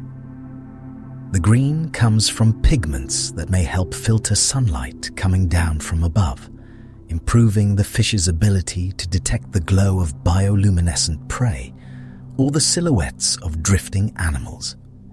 Even here, where daylight barely reaches, there can still be too much of the wrong kind of light and too little of the right one. Vision is not only about gathering photons, it is about choosing among them. Selection can be its own form of intelligence. The ocean sends mixed messages. Some are useful, some are noise. The barreleye suggests that perception is never simply openness. It is careful refusal as well. To see anything meaningful, a creature often has to ignore much of what arrives. The fish's green shields turn the endless dark into something slightly more legible. Slightly is enough. A few details of its feeding life deepen the picture. Barreleyes are thought to eat small drifting animals, including zooplankton, crustaceans, and perhaps bits taken from siphonophores, those long colonial hunters that hang in the water like living threads of appetite. There is evidence that some barreleyes may pick prey from the tentacles of siphonophores without becoming badly stung themselves. If so, the fish approaches not only dim food, but dangerous food. That is a delicate kind of courage. To feed from a siphonophore would require precision, timing, and a body plan that can navigate close to stinging structures. The transparent dome may help protect the eyes in such encounters. The fish would not rush. It would glide near, inspect, adjust, and take what it can from a drifting organism that is itself part trap, part colony, part floating net. The scene is quiet. A barreleye hangs almost motionless in the dark water, its small fins making fine corrections that barely seem like movement at all. Above it, a siphonophore drifts, nearly invisible except for the logic of its shape and perhaps a faint living light.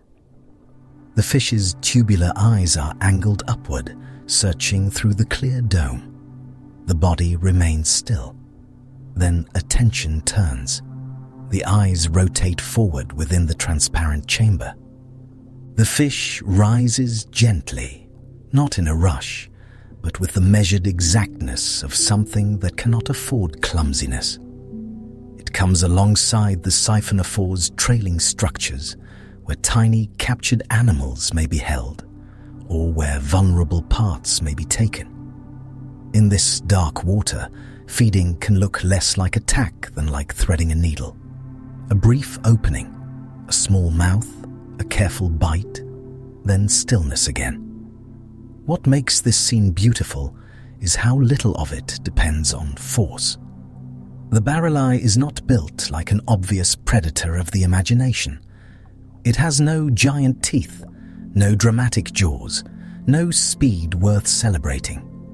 Its power lies in orientation, in the architecture of attention, in the ability to notice, pivot, and approach with restraint. That is another kind of mastery.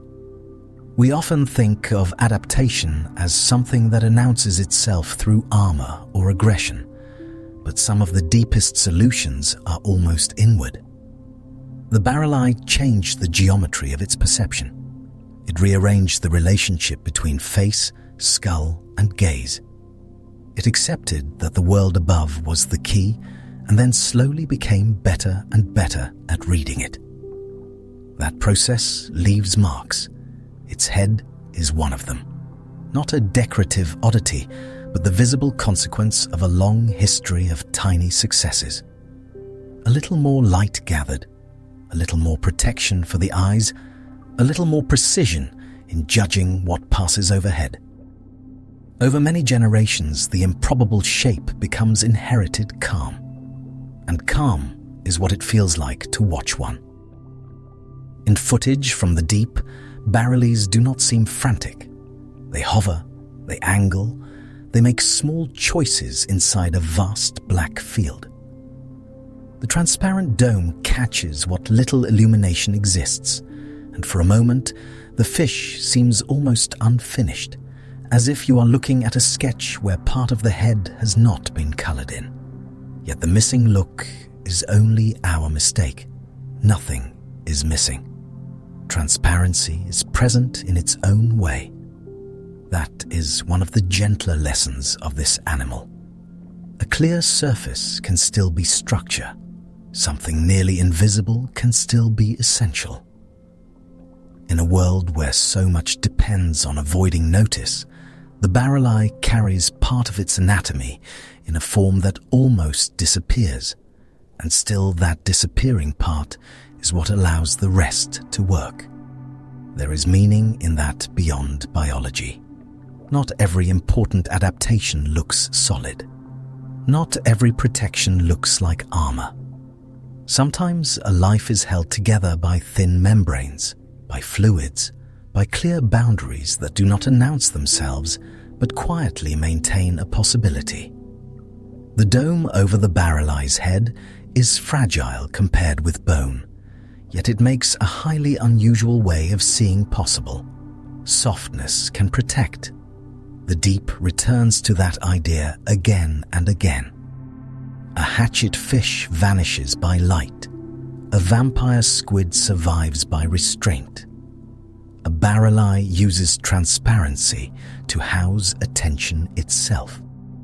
These are not creatures imposing themselves on darkness. They are creatures shaped by listening to what darkness permits and building from there.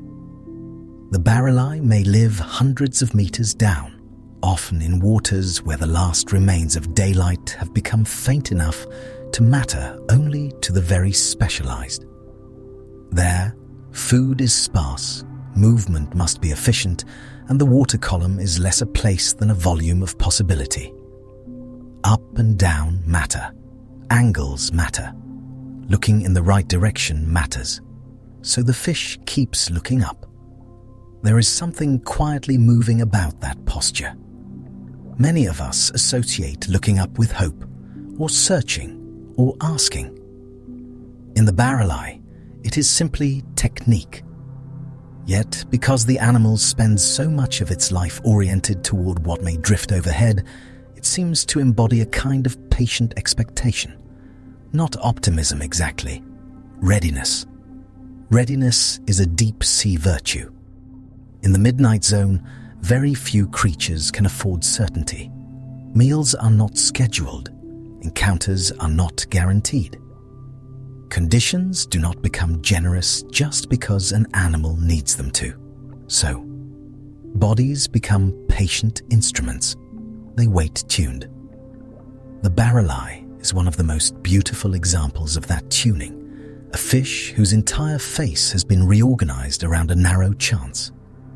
What it means, perhaps, is that darkness does not merely erase old forms. It also invites new arrangements of attention. On land, and in bright, shallow water, it is easy to assume eyes belong in obvious places and point in expected directions. The barreleye unsettles that assumption without any drama. It simply exists, and by existing, it shows that perception itself can be rebuilt when the world changes enough. And yet, the rebuilt version is not monstrous. It is intimate, small, nearly delicate. The transparent head, the green eyes, the dark body beneath, all of it has a kind of hush to it. This is alien design, yes, but alien in the way a seed or a snowflake can seem alien when examined closely enough. Strange and also exact. Distant and also deeply practical. That combination is hard to forget. A fish looking through its own clear forehead sounds like a story made up by the sea for its own amusement. But in the midnight zone, extravagance is often thrift in disguise. The dome saves the eyes. The tubular shape gathers light. The upward gaze watches the only useful brightness left. The rotating motion adds flexibility without wasting the original design. Piece by piece, the impossible becomes economical. That is often how the deep works. It does not create marvels by excess. It creates them by pressure, scarcity, and long patience. What we call bizarre is often just efficiency seen from far away. The barreleye, so easy to describe as odd, is in truth a very sober answer to a very difficult problem. How to see enough in almost no light, and how to protect the seeing once you have achieved it. A whole head built around almost no light. That thought settles slowly. There are animals in the midnight zone that make light, steal light, hide in light, or match light so precisely they seem to dissolve. The barreleye belongs to another branch of the same long conversation. It receives light. It honors the last faint traces of it. It turns what remains from above into usable knowledge, and then drifts on in the dark with that knowledge held inside a clear and quiet dome. So it feels less like a curiosity than a meditation on attention. What do you become when the world offers almost nothing to see? Perhaps you become more selective, more patient, more exact. Perhaps you stop asking for abundance and instead build your life around tiny differences that others would miss. The barreleye has done something like that for a very long time beneath the surface, beneath the weather, beneath the reach of ordinary day. It keeps its watch there still. And once a fish can turn transparency into shelter, darkness into information, and upward waiting into a way of life, the deep begins to feel even less empty than before. It feels inventive. It feels patient. It feels ready, in its quiet way, to show us another creature whose answer to the dark was not to look up, but to make a private color within it. The water is colder here. If some animals vanish by matching the dark, others thrive by learning that darkness is never quite the same for every eye. The dragonfish lives inside that difference. Long and narrow, with a body that can seem almost all head and teeth, it moves through the midnight zone like a thought sharpened by hunger. It is one of those creatures that makes the deep feel not empty, but layered. At first glance, the name sounds exaggerated, yet many dragonfish do look as though they were designed by darkness itself, with black or bronze skin, loose jaws, and teeth so long they can remain visible even when the mouth is shut. Some species have barbel-like structures hanging from the chin. Many carry rows or clusters of light-producing organs along the body. Nothing about them is casual. The body is built for a world where meals may be rare and brief. A wide mouth can turn a small chance into a real one, and long teeth can grip slippery prey before the water steals it away.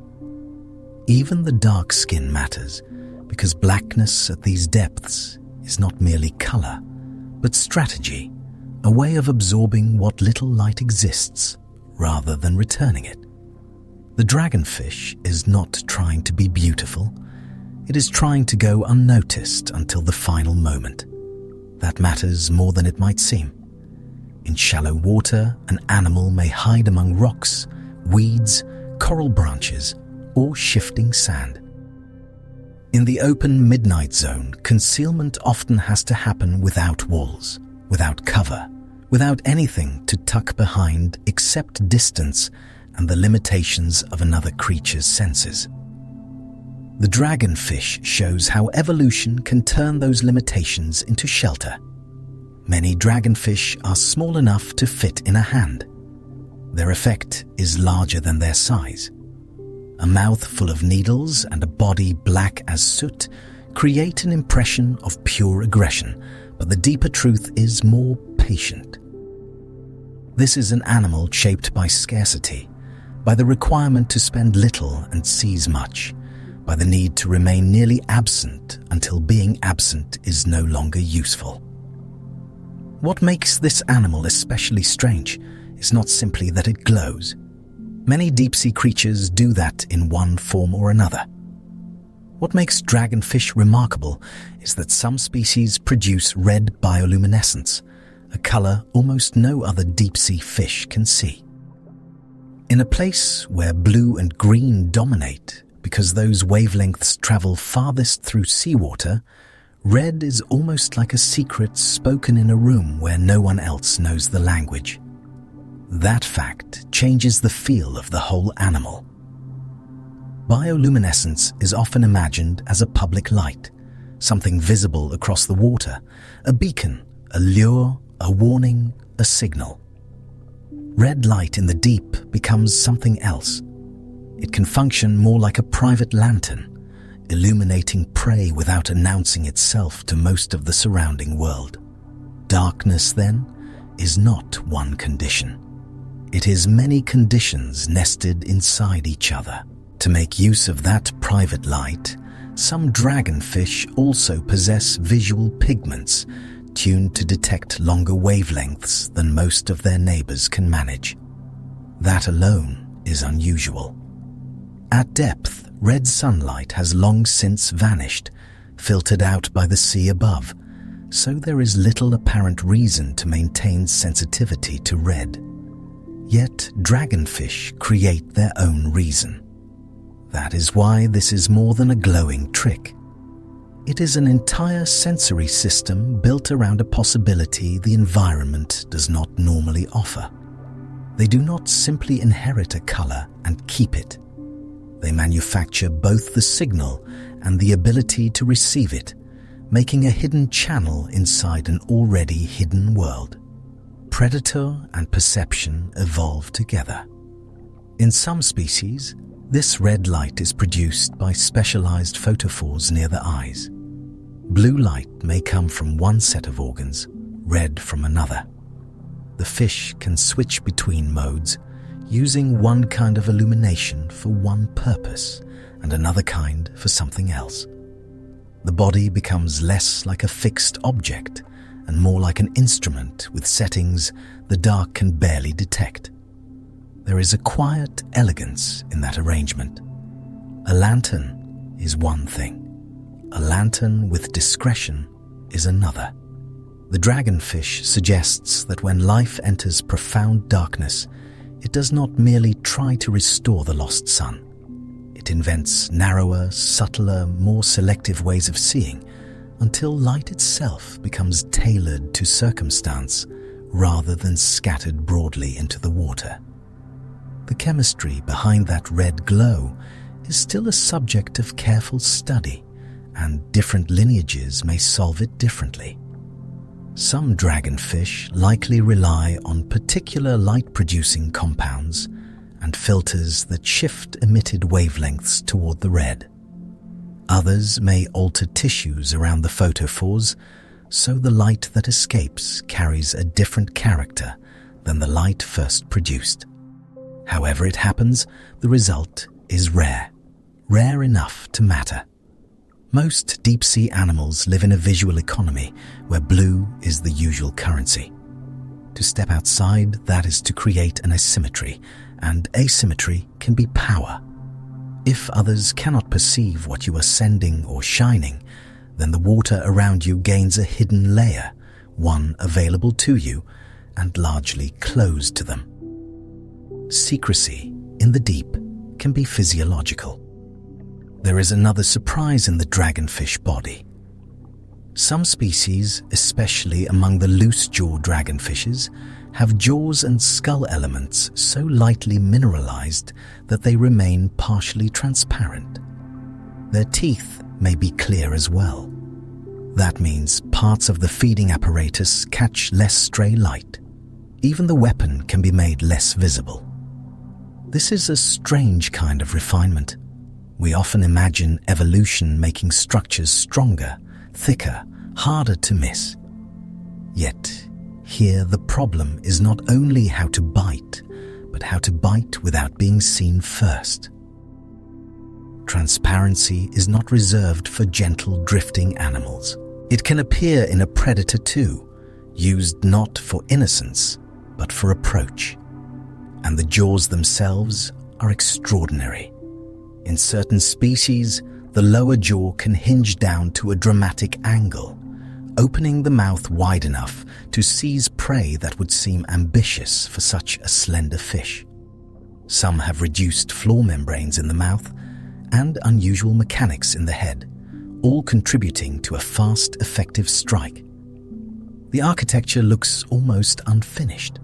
It is exact. That unfinished look tells its own story. Deep-sea bodies often seem extreme because they are shaped less by broad versatility than by narrow success. A dragonfish does not need to graze, chew, browse, crush shells, or sort through many textures. It needs to detect, aim, lunge, and hold. Once survival is focused on a few essential acts, the body can become severe in its honesty. Their teeth deserve a long look. They are often long, recurved, and spaced like pale thorns. In some species, they are so large that the fish cannot fully cover them with closed lips, and grooves or special alignments in the skull help accommodate them. These are not teeth for processing food. They are for making sure food does not leave. That is why the dragonfish can appear almost all mouth. In the deep sea, escape after contact may be more common than contact itself. A prey animal may pass close only once. Water resists quick turning. Darkness shortens warning. If the opportunity comes, the grip must count.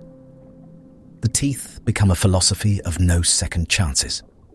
Many species also carry a chin barbel, sometimes simple, sometimes adorned with bulbs, branches, or tiny light organs. It hangs beneath the head like a dangling question. In darkness, a small glowing lure can imitate prey or simply draw attention toward the wrong point in space, encouraging another animal to approach the region where danger waits. The line between mouth and lamp grows thin, and yet dragonfish are not all motion and attack. Much of their lives may be spent conserving energy, suspended in cold water, waiting through distances that contain little. Some species make vertical migrations, rising closer to the surface at night to feed, then returning to deeper water by day. Others remain farther below. Even among predators, there are many tempos. That matters because the dragonfish can sound like a creature of constant violence, and it is not. It is a creature of intervals, long stillness, brief precision, long darkness, brief light, long hunger, brief capture. The drama is real, but it happens inside a wider calm, the same calm that governs so much of the midnight zone. Imagine a dragonfish suspended in black water, neither rushing nor drifting aimlessly, simply holding its place with slight adjustments of fin and body. The water around it is full of tiny motions, too faint to see from any distance. Somewhere below, a crustacean rises. Somewhere above, a small fish changes depth. Nothing announces itself loudly here. Everything is fragments. The dragonfish turns very slightly. Near the eye, a dim red beam extends into the water, not flooding the dark, but touching it. To most nearby animals, nothing has changed. There is no obvious spotlight, no broad cone of visible brightness. But within that narrow private field, a body appears. Perhaps it is a small fish with silver flanks and a bladder reflecting almost no light at all until the red falls across it. Perhaps it is another predator's juvenile, thin and careful, moving with the false confidence of an animal that believes itself unobserved. The dragonfish does not surge yet. It waits while the prey crosses one invisible line and then another. Waiting is part of the strike. Then the movement comes. Not a chase across open distance, but a short, clean lunge, the jaws swinging wider than seems proper, the teeth closing around softness and bone before the water fully registers what has happened. The prey jerks once. The red light goes dark. What remains is a body again almost erased. The scene lasts only seconds. Its preparation may have taken hours. That ratio feels important.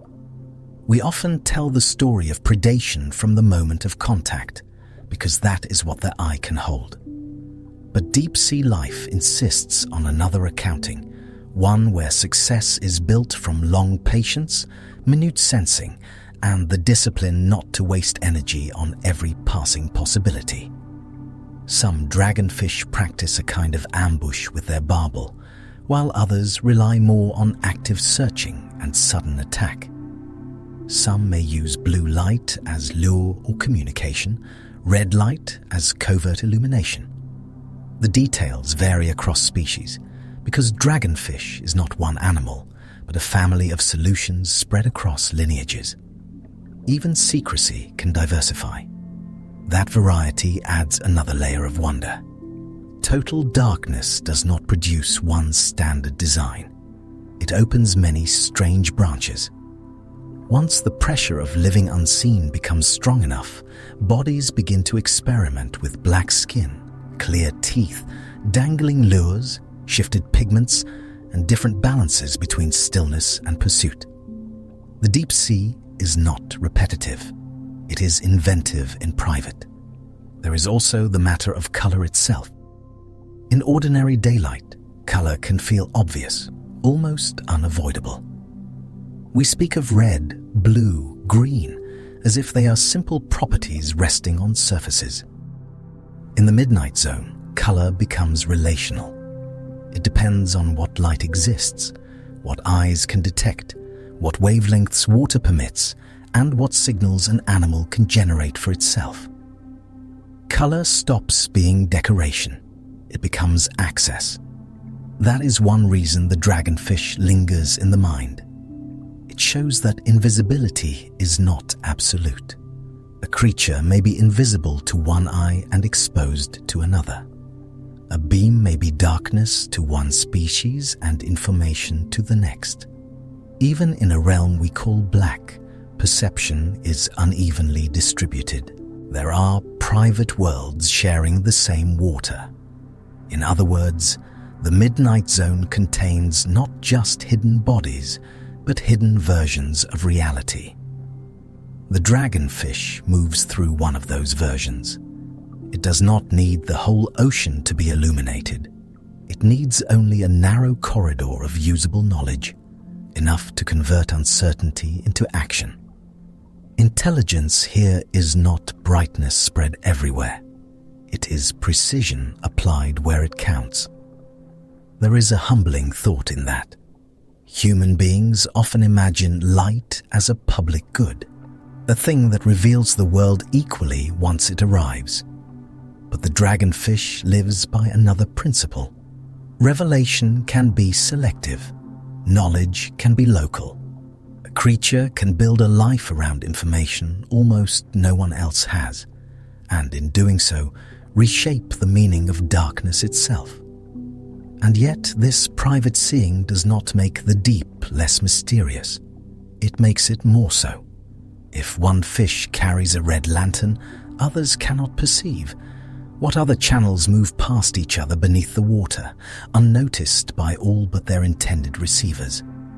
What calls, glows, pressures, and scents are living beside one another in the same vast dark, each composing a different map?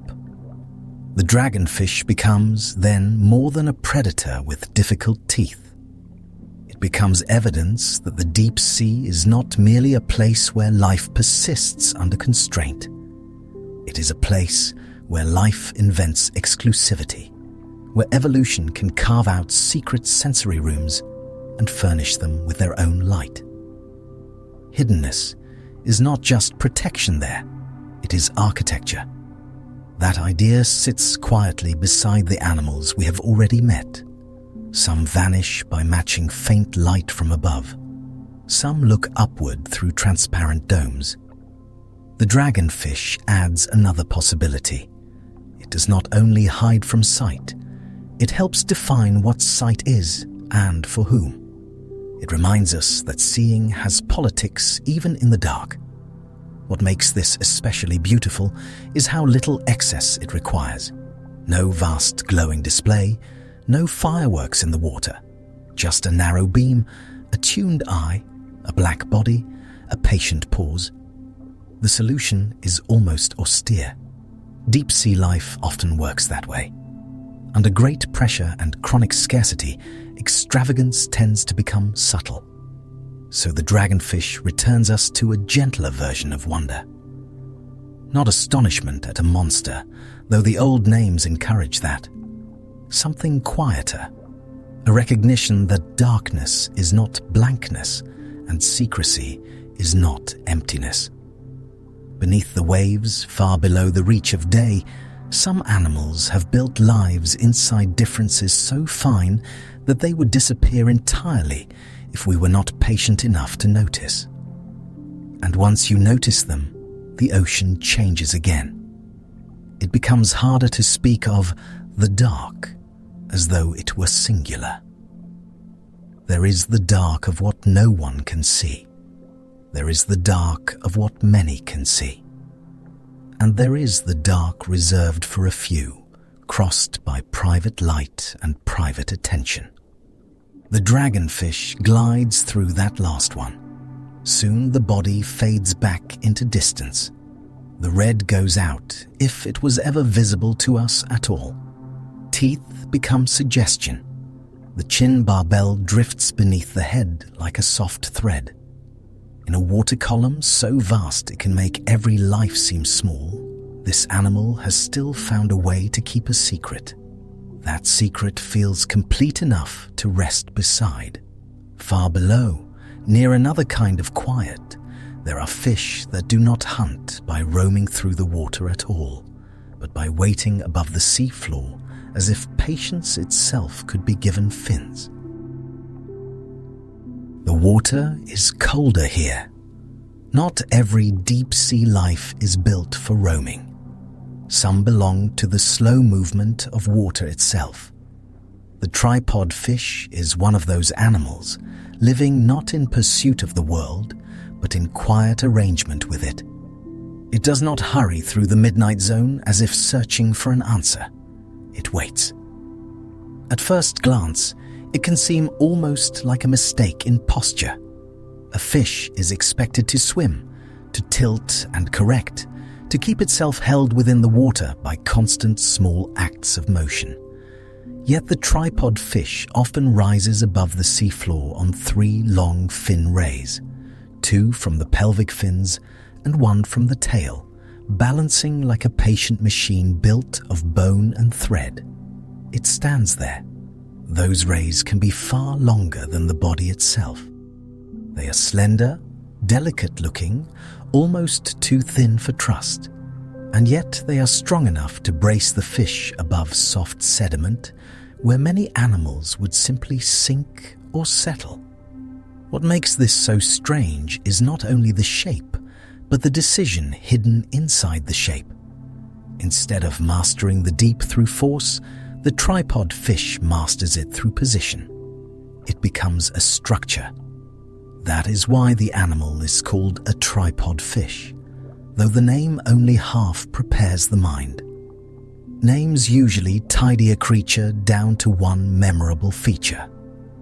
This one does point to something true, but hearing it does not quite convey the sight of a living fish suspended just above the seabed, body angled into the current as if it had borrowed a method from grass or coral instead of from other fish. It feels borrowed. The body itself is narrow and pale, often a muted brown or grey, the sort of colour that does not insist on being seen. In the deep sea, pale does not mean bright. It means reduced, quiet, nearly erased by distance. The long supporting rays lift the fish into the water just enough to change its relationship with the ground. A few inches matter there. Near the bottom, the water is shaped by the seafloor, slowed and troubled by sand ripples, stones, burrows, and soft drifts of detritus. Slightly above it, the current can move more cleanly, carrying different information and different opportunities. In other words, by standing rather than lying flat, the tripod fish places itself where the passing water is more useful.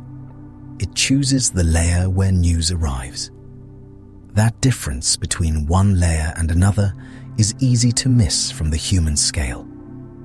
We think of water as one continuous medium, and often it is described that way. Yet, for small bodies, or for bodies living close to the bottom, a rise of only a little distance can mean cleaner flow, better scent trails, and a better chance that drifting prey will pass within reach. The fish is not merely elevated, it is well placed. Its long rays do something else as well. They keep the body from resting directly on sediment, which may help in a place where fine particles can settle over everything, and where contact with the bottom is not always restful.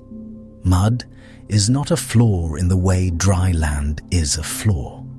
It can shift, puff upward, swallow edges, and blur the line between support and entrapment. The tripod fish remains just above that uncertainty. There is another deep-sea peculiarity folded into this life.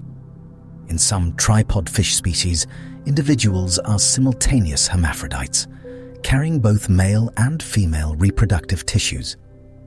That fact can sound clinical at first, almost like a footnote in anatomy. But in the deep, it becomes something much larger. When encounters are rare, the body itself may have to prepare for rarity.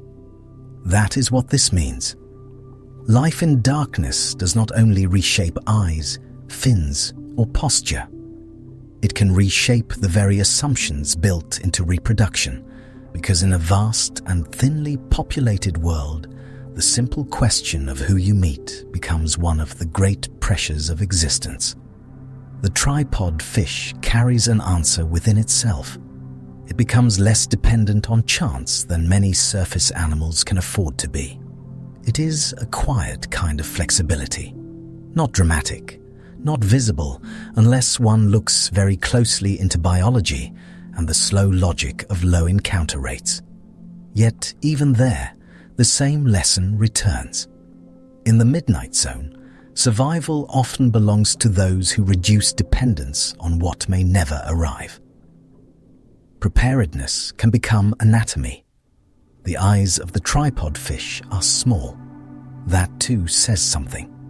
In a realm where little light remains, there are times when investing heavily in vision offers diminishing returns, especially near the seabed, where drifting particles, darkness, and distance all limit what sight can do. Yet the world is still full of signals. They simply travel in other forms. What makes this animal especially patient is the way it seems to rely on touch and current as much as on sight, perhaps more. The elongated rays and finned filaments are thought to have a sensory role, helping the fish detect movement in the water around it. A body like this is not only standing, it is listening through contact. That idea changes the picture.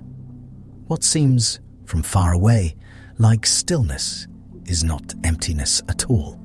It is attention distributed into long, thin extensions, with the fish held inside a field of sensitivity that reaches beyond its central body.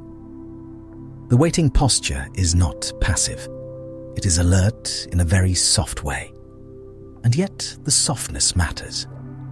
The deep sea often makes us think first of monstrous mouths, hidden teeth, sudden lunges from darkness. Those creatures are real, and some have already kept us company tonight. But the tripod fish reminds us that darkness also rewards another style of life. One built not around the chase, but around the patient reading of moving water. Not all predators rush. It often faces into the current. This is practical, but it is also somehow graceful. When an animal turns itself toward flow, it lets the world come in order.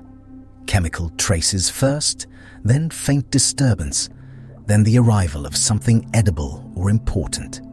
The current becomes not background, but courier. Imagine the seabed far below any remembered sunlight. The sediment is fine and dark. Here and there are tracks, perhaps left by a crustacean, a holothurian, some slow life passing earlier through the cold. Above that plain stands the tripod fish, almost motionless, long rays touching down like thin stilts, body held in perfect patience while the water moves around it and carries news from places it will never visit. Then, something small drifts near. Perhaps it is a crustacean, perhaps another tiny animal suspended just enough above the bottom to be taken. The fish does not need a long pursuit.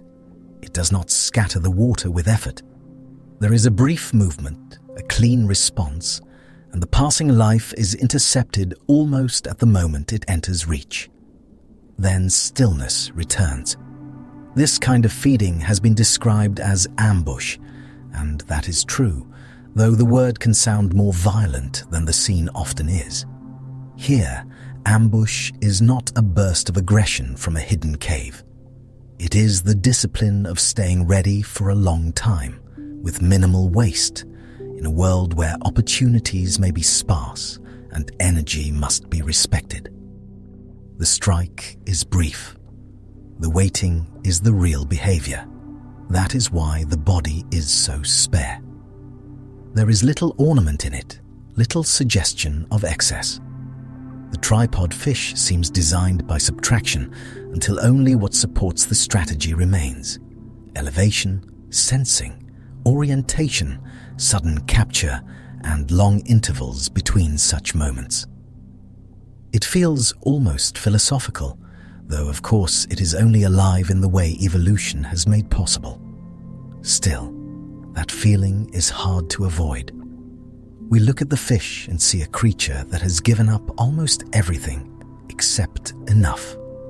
Enough height above the bottom, enough sensitivity to detect what approaches, enough motion to feed, enough presence to remain where it is.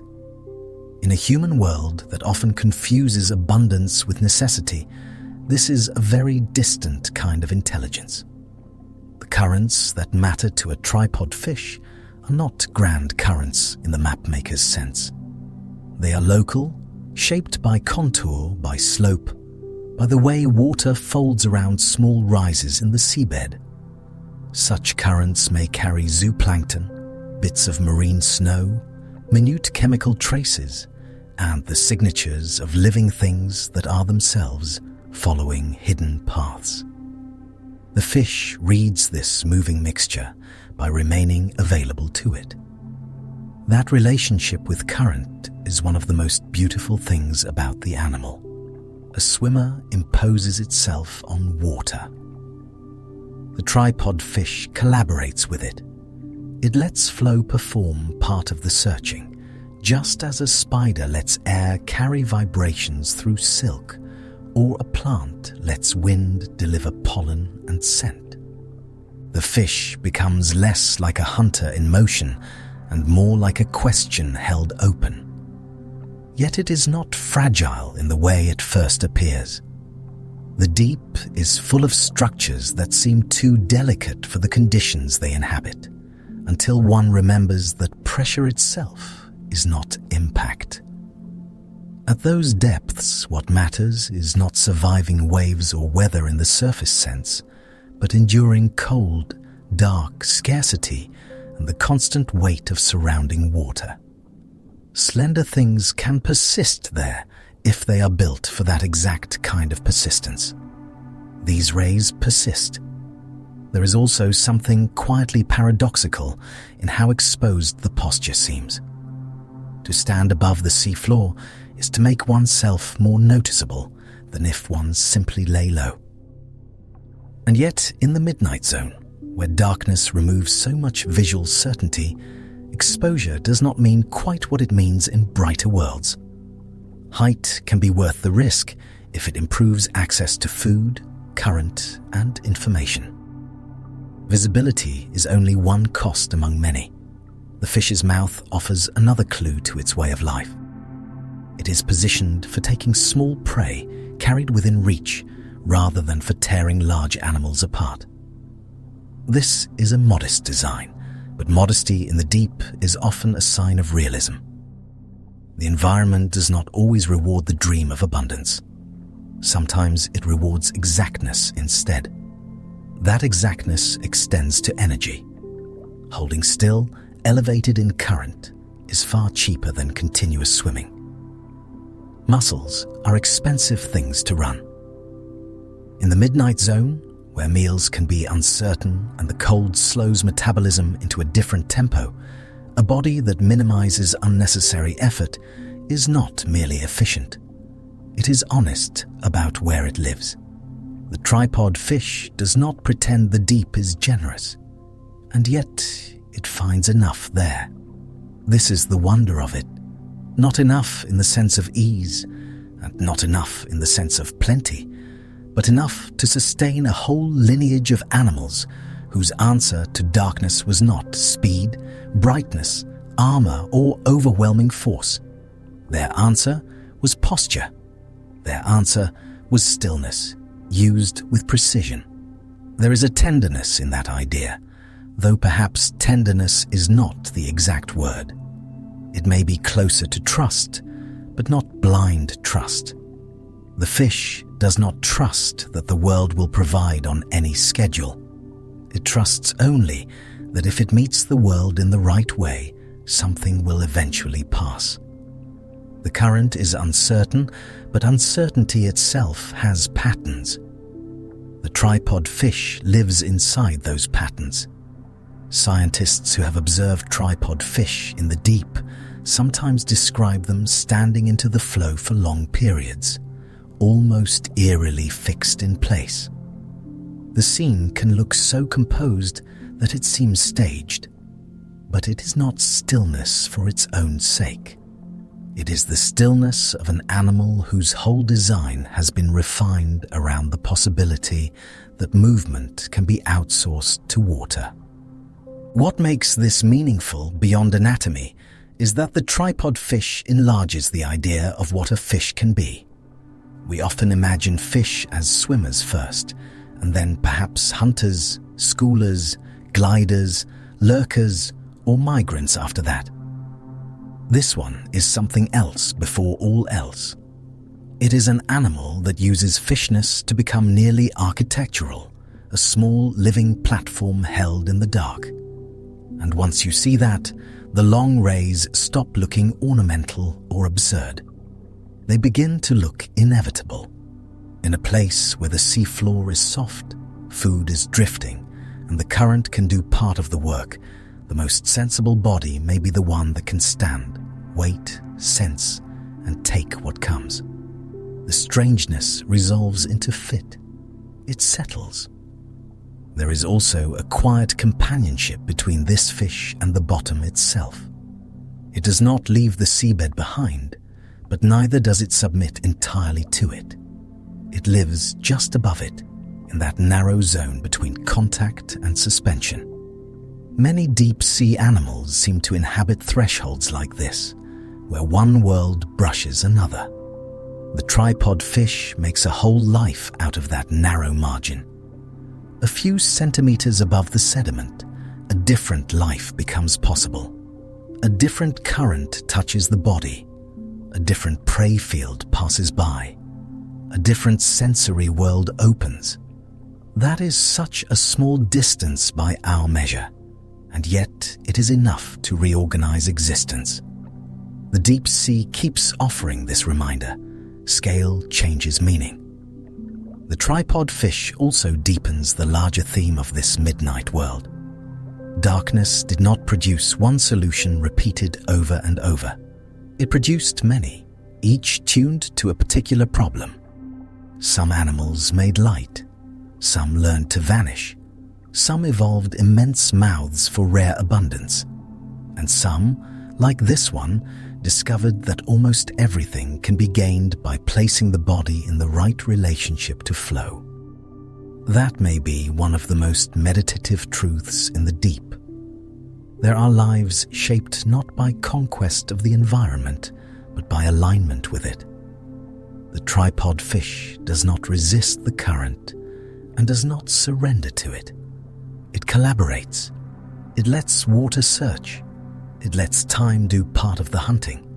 It waits where waiting has become skill. In that sense, it is one of the purest midnight zone animals we have met. It accepts darkness fully. It does not try to turn the deep into a bright place or a busy one. It does not fill the water with display. It does not travel farther than necessary. It simply inhabits a hidden geometry of current. What makes this meaningful beyond anatomy is that the tripod fish enlarges the idea of what a fish can be. We often imagine fish as swimmers first, and then perhaps hunters, schoolers, gliders, lurkers, or migrants after that. This one is something else before all else. It is an animal that uses fishness to become nearly architectural, a small living platform held in the dark. And once you see that, the long rays stop looking ornamental or absurd. They begin to look inevitable. In a place where the seafloor is soft, food is drifting, and the current can do part of the work, the most sensible body may be the one that can stand, wait, sense, and take what comes. The strangeness resolves into fit. It settles. There is also a quiet companionship between this fish and the bottom itself. It does not leave the seabed behind, but neither does it submit entirely to it. It lives just above it, in that narrow zone between contact and suspension. Many deep-sea animals seem to inhabit thresholds like this, where one world brushes another. The tripod fish makes a whole life out of that narrow margin. A few centimeters above the sediment, a different life becomes possible. A different current touches the body. A different prey field passes by. A different sensory world opens. That is such a small distance by our measure, and yet it is enough to reorganize existence. The deep sea keeps offering this reminder. Scale changes meaning. The tripod fish also deepens the larger theme of this midnight world. Darkness did not produce one solution repeated over and over. It produced many, each tuned to a particular problem. Some animals made light. Some learned to vanish. Some evolved immense mouths for rare abundance. And some, like this one, discovered that almost everything can be gained by placing the body in the right relationship to flow. That may be one of the most meditative truths in the deep. There are lives shaped not by conquest of the environment, but by alignment with it. The tripod fish does not resist the current and does not surrender to it. It collaborates. It lets water search. It lets time do part of the hunting. It waits where waiting has become skill. In that sense, it is one of the purest midnight zone animals we have met. It accepts darkness fully. It does not try to turn the deep into a bright place or a busy one. It does not fill the water with display. It does not travel farther than necessary. It simply inhabits a hidden geometry of current, sediment, touch and chance, and from that geometry builds a life. That life can seem almost monk-like from the outside, though the fish knows nothing of contemplation. The feeling comes from us, from the way our own restless habits meet a creature so thoroughly adapted to patience. We look at it standing there, unsupported except by its own peculiar rays and the firmness of its design, and we feel the possibility of another tempo, a slower one. And yet, even this is not slowness for romance's sake. It is practical. It is earned by the economics of the deep. That matters. The beauty of the tripod fish is not that it resembles a symbol. It is that the symbol emerges only because the biology is so exact. The calm comes from precision. So the image remains. A pale fish above the seafloor, body lifted into the current, long rays touching the bottom lightly, as if it had learned the smallest possible way to belong to two worlds at once. Beneath it, sediment waits. Around it, dark water passes. Within that passing, enough arrives. And after such a life, another softness begins to make sense in the deep. Another body that moves not with stilts, but with gentle pulses through the cold, vast dark. The water is colder here. And yet the midnight zone is not only a realm of sharp teeth and hidden lights. It can also be unexpectedly gentle. In that cold, pressurized dark, there drifts an octopus so soft in outline and motion that it seems almost imagined at first, as if the deep had tried making a thought instead of a body. It is called the Dumbo octopus, and even the name feels lighter than the world it lives in. It belongs to a group known as cirrheta octopuses. These are deep-sea octopuses, with fins rising from the mantle like small rounded sails, one on each side. Between their arms is a broad web of skin, so the body does not end in separate reaching limbs alone, but in a quiet, gathered shape that can open and close with the water. Softness here is structural. That matters more than it may seem. In shallower octopuses, we often picture muscular urgency, arms testing rocks, bodies squeezing through crevices, quick changes of color and texture over reef and sand. Yet the Dumbo octopus lives where the seafloor is distant beneath open water, or where the bottom itself is cold, fine, and still. And so its body has been shaped less for wrestling with surfaces than for moving with almost no waste. It is an octopus redesigned for a place where every effort must be worth making. The fins are the feature most people notice first. They do look a little like ears, though they are not ears at all.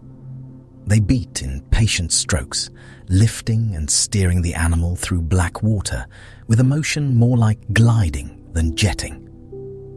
The result is not dramatic. It is graceful. Most octopuses can use jet propulsion, forcing water from the siphon to move quickly when needed. Dumbo octopuses can do this too, but they often rely on fin swimming as a steadier and less costly way to travel. That is why they seem to pulse rather than lunge, advancing through the water in small, measured motions that conserve energy in a world where meals are scattered and far apart. Efficiency becomes elegance when there is no room for excess. Their arms add another layer to that design. Along those arms are suckers, but also cirri, fine finger-like filaments that give serrate octopuses their name. These delicate structures likely help handle prey and sense what the arms have touched, turning the animal's outer surface into a patient field of contact. In other words, the body does not simply move through darkness, it reads it. That is one of the quiet wonders of any octopus, deep or shallow. Intelligence here is not held in one place alone, as if the mind sat back behind the eyes issuing orders into the dark.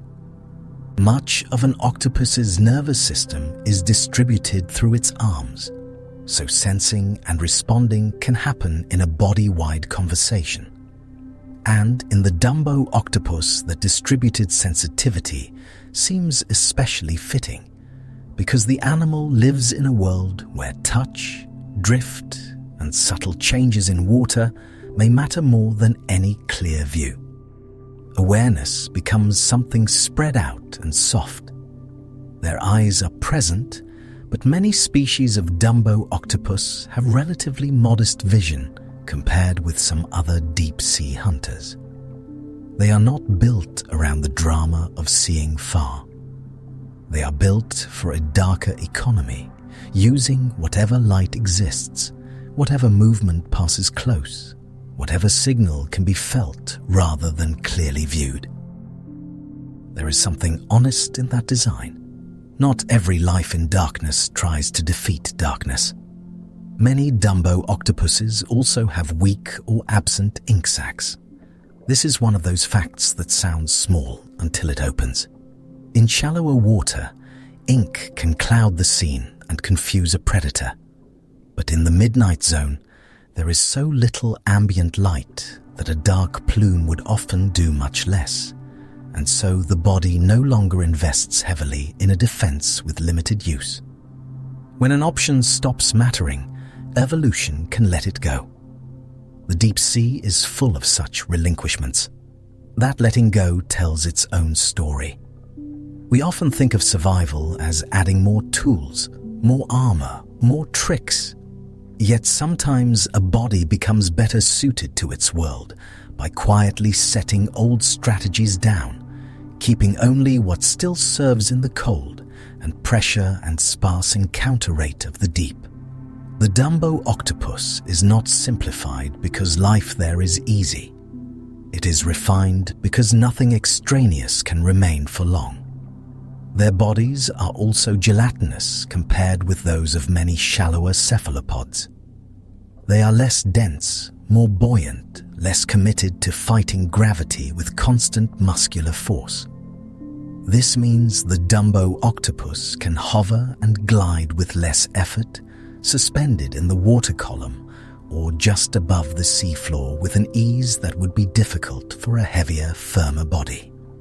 Soft tissue here is not fragility. It is adaptation to being held. Pressure at these depths is immense. It can be tempting to picture that pressure only as an enemy, something crushing and severe. Yet deep-sea animals are not being squeezed against an inner emptiness.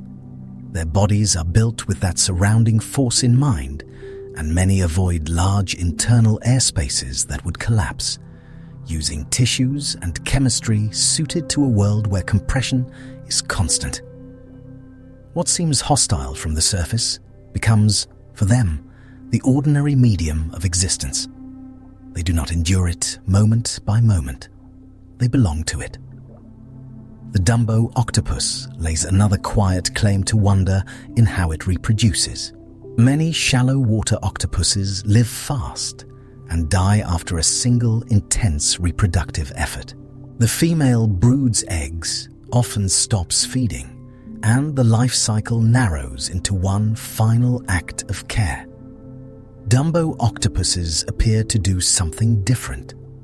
Females can carry eggs at several stages of development at once, suggesting they may be able to reproduce more continuously, releasing mature eggs when conditions seem favorable rather than betting everything on a single ending. That changes the feeling of the life.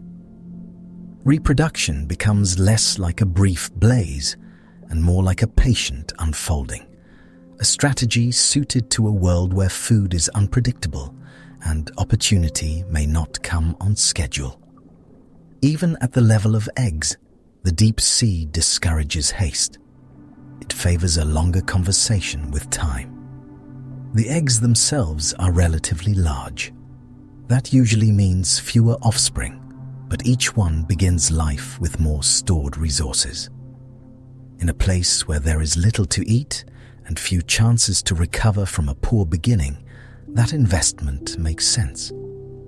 The deep often prefers quality over number, not from sentiment, but from arithmetic so old it has no need to announce itself. And yet there is tenderness in that arithmetic. A larger egg is a small packet of time, nourishment, and possibility sent into darkness with care. The parent cannot simplify the world for the young. She can only prepare them for it. That feels somehow familiar. Dumbo octopuses feed on small animals near or on the seafloor, including copepods, amphipods, worms, and other invertebrates drifting or crawling through the deep. Some species may also take tiny crustaceans out of the water just above the bottom. They are not hunters of spectacle. They are hunters of enough. That diet fits the body. Rather than seize and tear apart large prey with violent efficiency, a Dumbo octopus often engulfs smaller animals whole, drawing them inward with the arms and web. The umbrella-like webbing can spread around a target and gather it toward the mouth at the center. It is a method that looks almost like folding water around food. Predation, in this form, becomes quiet. What makes this especially striking is the contrast between what an octopus can symbolize in the human mind and what this one actually does. We are used to hearing of octopuses as problem solvers, escape artists, hunters with restless arms and quick decisions. The Dumbo octopus may well share that deep cephalopod intelligence, but its life expresses it without display. Cleverness does not always arrive as action. Sometimes it appears as perfect fit. Picture one suspended just above the bottom. The seafloor lies beneath like dark dust, broken by scattered nodules, tracks, and the faint, raised lines of things that have passed before. There is almost no current, then a little. A Dumbo octopus drifts forward on its fins, each beat small and regular, the web between its arms gathered close, then loosening slightly as it adjusts depth by only a little, keeping just above the sediment where tiny animals move or settle. Nothing in the scene is hurried. It is not searching in the way a fast predator searches. It is receiving. A leg brushes the bottom. The chiri taste the contact. One arm curls, then another, and the body tilts with a precision so soft it is easy to miss, as if the animal and the water had quietly agreed on where the next movement should happen. Then the web opens. A small crustacean, nearly invisible against the dim floor, is enclosed before there is any obvious struggle. The arms gather inward. The octopus rises a little on the fins. No plume of sand, no sudden cloud, just a slight lifting away from the place where food was found. For a moment, it is simply a rounded shadow carrying a smaller hidden life into itself. Then it glides on. That scene is modest.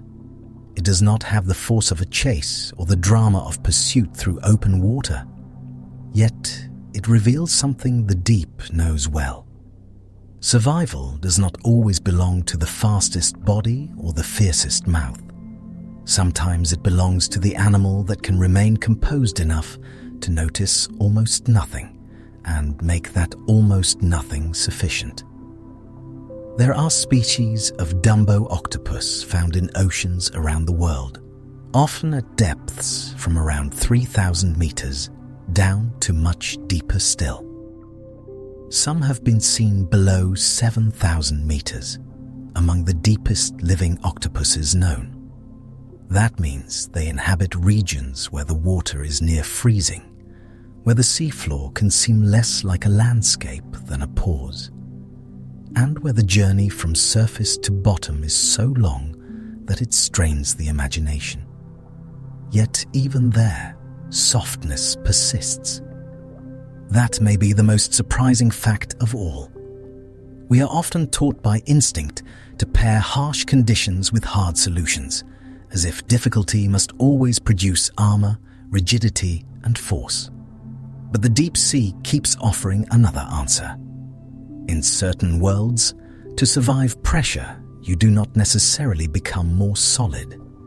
You may become more yielding, more buoyant, more willing to let the environment hold part of the burden. And that idea extends beyond anatomy. The Dumbo octopus does not conquer darkness.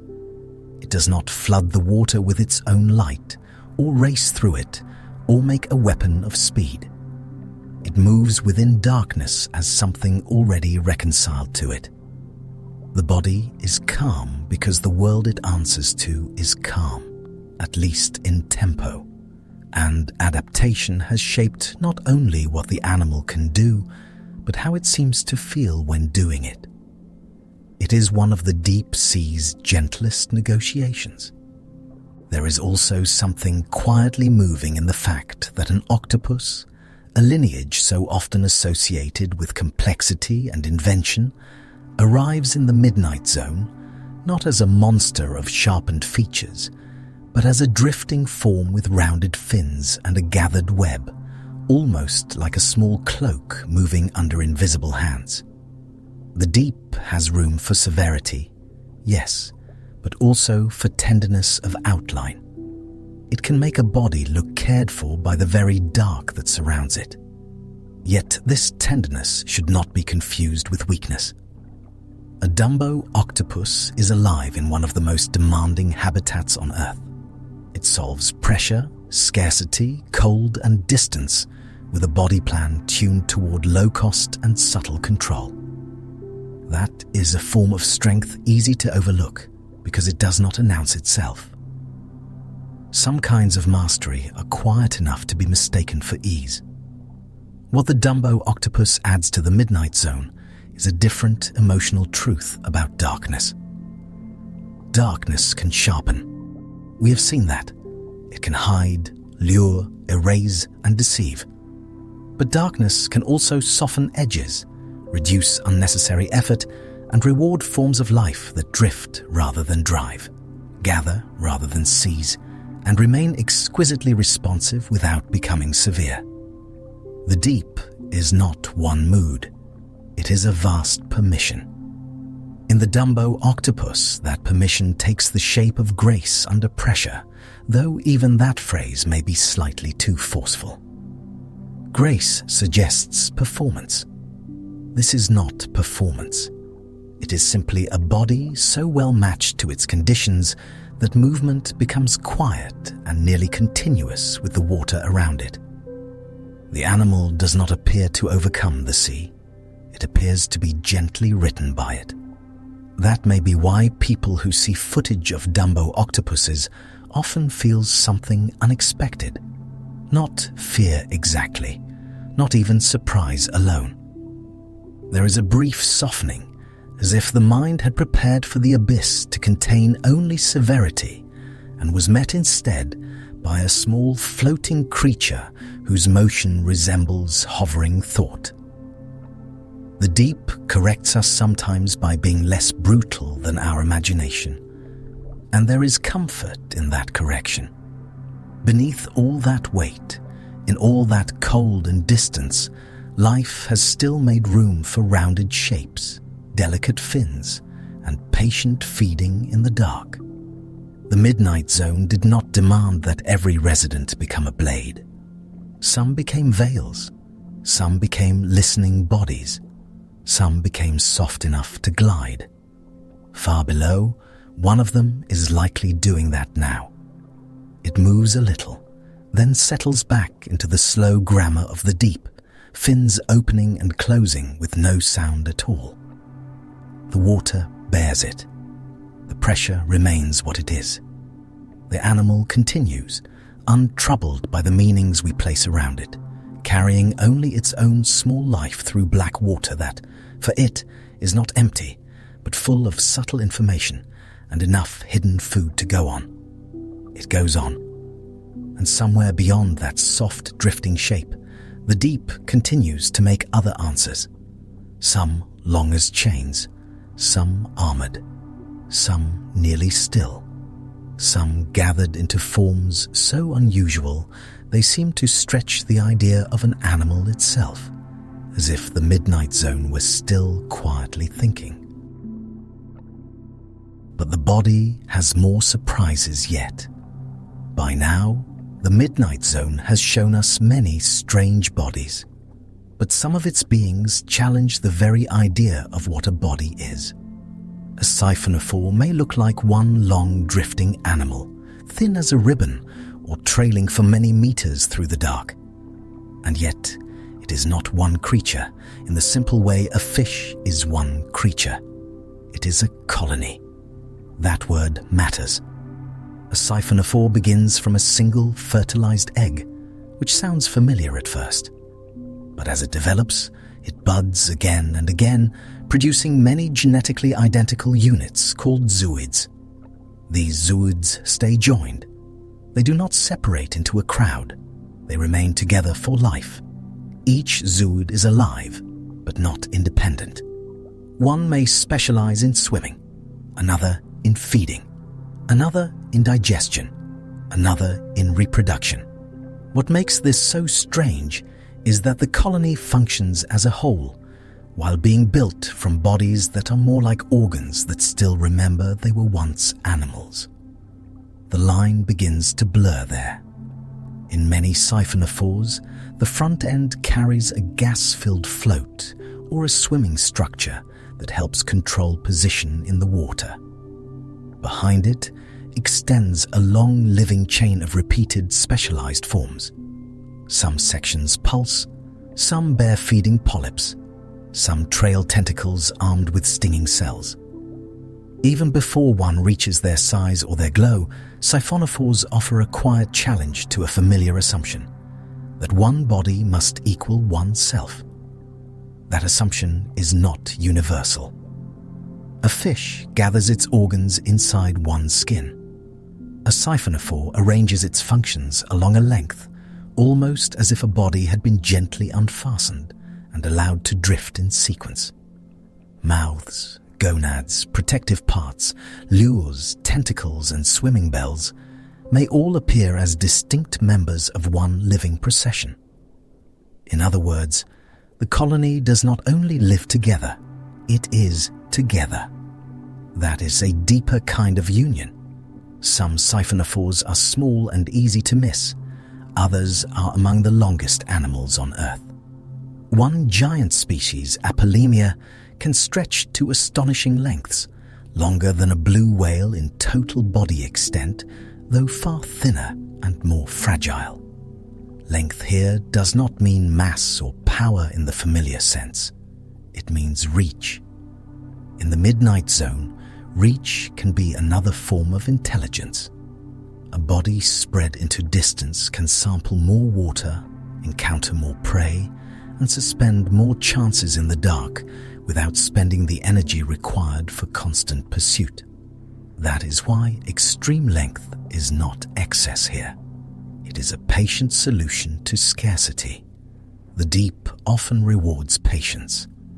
And then there are the tentacles. Many siphonophores trail them in curtains or threads, so fine they almost disappear, each lined with batteries of nematocysts, the same stinging structures known from jellyfish and their relatives. A drifting crustacean touches the wrong filament, and what seemed like empty water becomes an instrument. The capture is almost silent. The siphonophore belongs to a group called the cnidarians, alongside jellyfish, corals, and sea anemones. That ancestry explains the sting, but not the strange elegance of how colonial life has been taken so far. A coral colony builds a reef and stays fixed. A siphonophore makes the colony itself into a traveler. The whole reef has become a thread. Some species swim actively by coordinated contractions of structures called nectophores, which are specialized zooids functioning like little jet engines. They pulse in sequence. Water is pushed backward. The colony glides forward. Yet even that movement has a measured quality, as if the animal were less concerned with arrival than with keeping its long arrangement in working order through the dark. Motion here serves arrangement. Other siphonophores drift more than they swim, letting current carry them through vast black water, while their tentacles hang beneath or behind like hidden nets. This is not helpless drifting. It is a way of placing the body where the water already moves. The colony enters into partnership with the current. That is often how deep-sea life solves a problem. One of the most familiar siphonophores to people near coasts is the Portuguese man-o'-war, though it is not a true jellyfish and does not belong to the midnight zone in the same way as the species suspended far below. It is useful mostly because it reveals the basic principle: one apparent animal, many specialized parts, one life.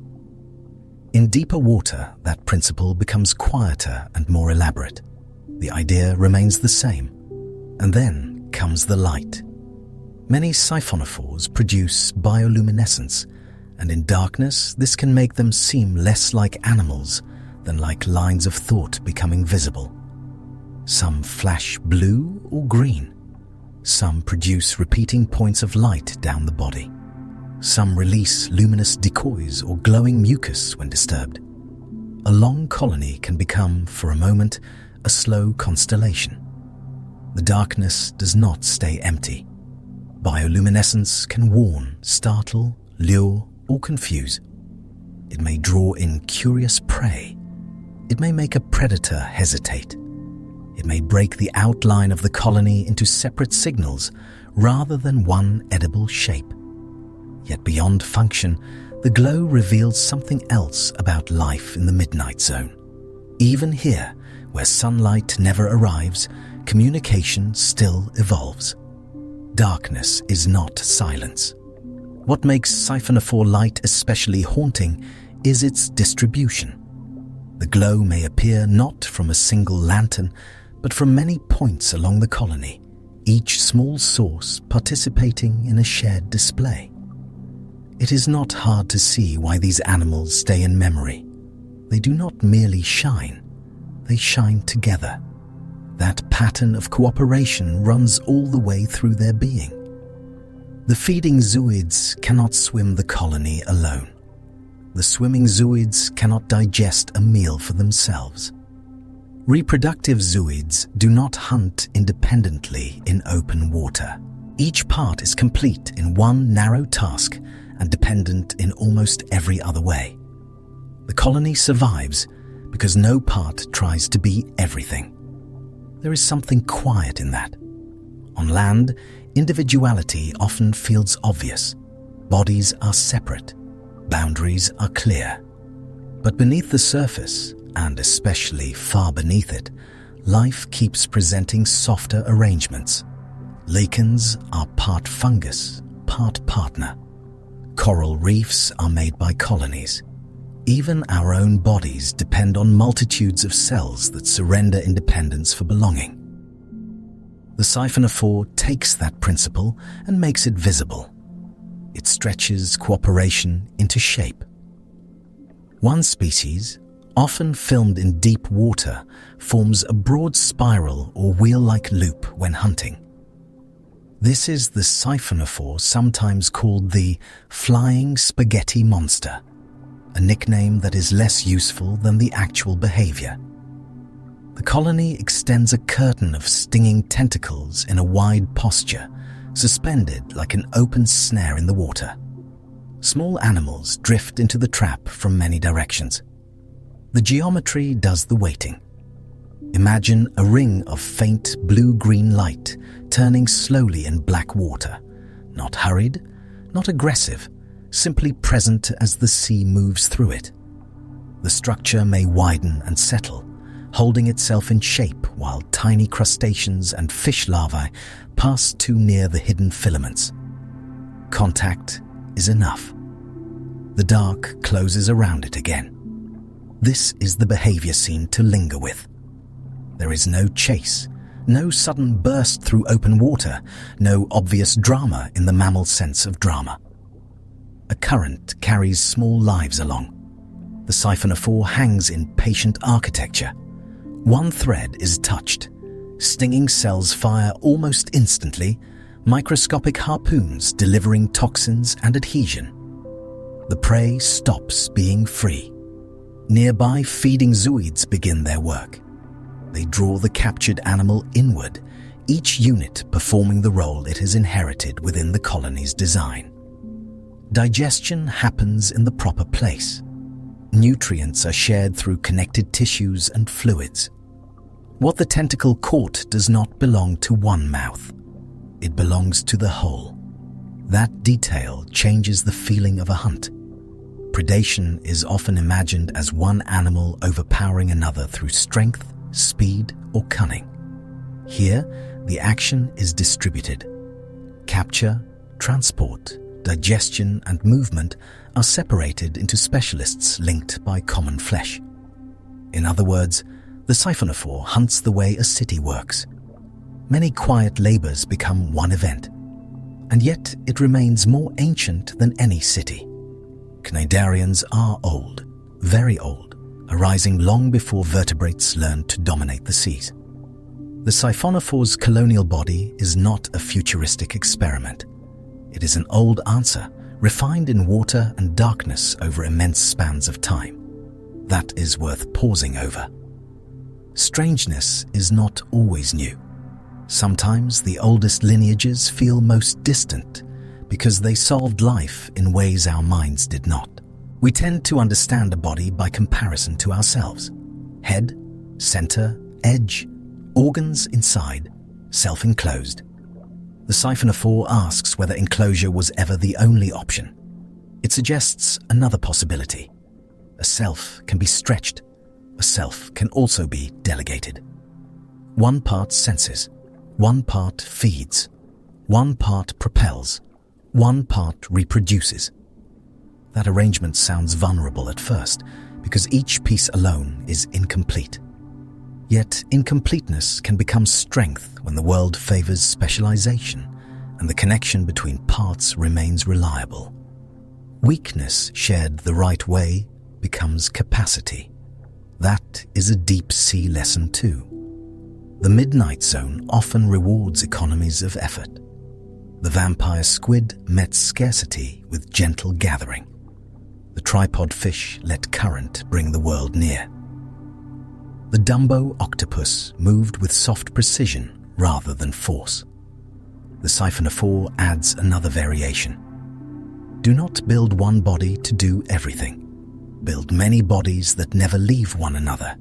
Then let cooperation become anatomy. There is also something quietly unsettling in how beautiful they can be.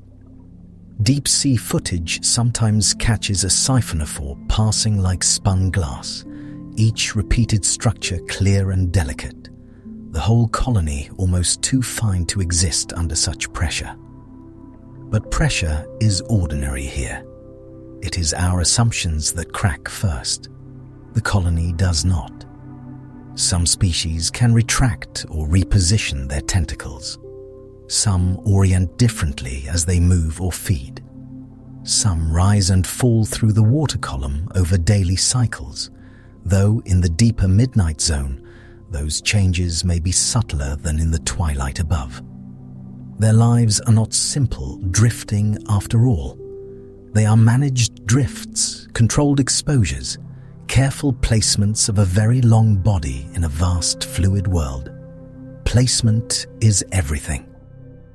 Because siphonophores are fragile, they were difficult to study for a long time. Nets often tore them apart.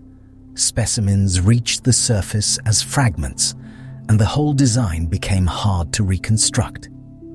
Only with submersibles and remotely operated vehicles did people begin to see them more fully in their own element, suspended intact where they belong. That is why many of their secrets remained hidden, not because they were rare, but because they were too delicate for rough methods. Some lives can only be known gently. That feels fitting. To understand a siphonophore, one must give up the urge to seize and simplify.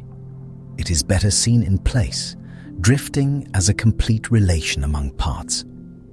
The animal asks for a slower kind of attention, the kind that does not rush to decide where the individual ends or which segment matters most. The answer is the pattern, and what a pattern it is. Repetition without monotony, specialization without separation. A colony that behaves as one body while preserving the visible individuality of its parts. This is why siphonophores can feel almost philosophical in the dark. They are not just organisms. They are arguments made of living tissue. They argue that unity does not require sameness.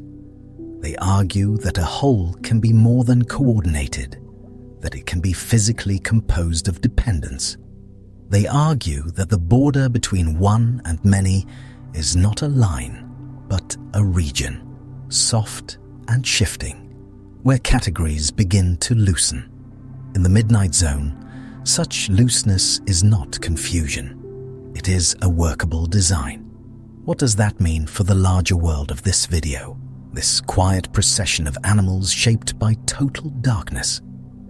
It means darkness did not only reshape eyes, fins, teeth, or lures.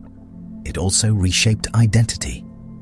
In a place where food is scarce, distances are vast, and encounters may be rare, life did not always answer by becoming faster or harder or more solitary. Sometimes it answered by becoming plural. That may be the deepest wonder of the siphonophore. Not merely that it glows, or stings, or reaches extraordinary lengths, though all of that is true. It is that the colony seems to have accepted a fact many other creatures resist. No single part can do enough alone. So the body becomes a community. And that community is not metaphorical. It is literal flesh, literal labor, literal interdependence, moving through black water older than memory. In daylight worlds, collectives can seem temporary, chosen, fragile. Here the collective is the body itself. Belonging is not a social preference. It is anatomy. The midnight zone keeps offering forms that soften human certainties. The hatchetfish disappeared by making light. The barreleye looked through its own transparent dome. The dragonfish kept a private color of illumination. The tripod fish turned waiting into method. The siphonophore goes farther still. It makes the singular uncertain, and yet it does so without noise. A long chain drifts. Small points glow and fade. Tentacles open into water that never hurries. Prey arrives, or does not arrive. The colony remains what it is, neither crowd nor single creature in the ordinary sense, but something patient between those words, something ancient and still being understood. Perhaps that is why it belongs here. In total darkness, where so much of life seems hidden from easy definition, the siphonophore feels less like an exception than a reminder. The sea does not share our need for clean categories. It keeps making beings that cross them. Then it lets them drift. Far below, a living chain extends through cold water, each part doing only what it can do, and because of that, the whole continues. There is a softness in that arrangement despite the sting, a quiet order in the way function passes from segment to segment. Nothing grand is announced. The colony simply holds together. And after spending time with it, the idea of an individual can seem a little less rigid, a little less complete than it once did. Perhaps a body can be a gathering. Perhaps unity can be distributed. Perhaps the deep, in its slow and hidden way, keeps showing that life is often most whole when it is made of many held in one long form. That thought can drift with us. Soon, we will settle lower toward a creature of the seafloor whose patience takes a different shape, armored and familiar in its own ancient way.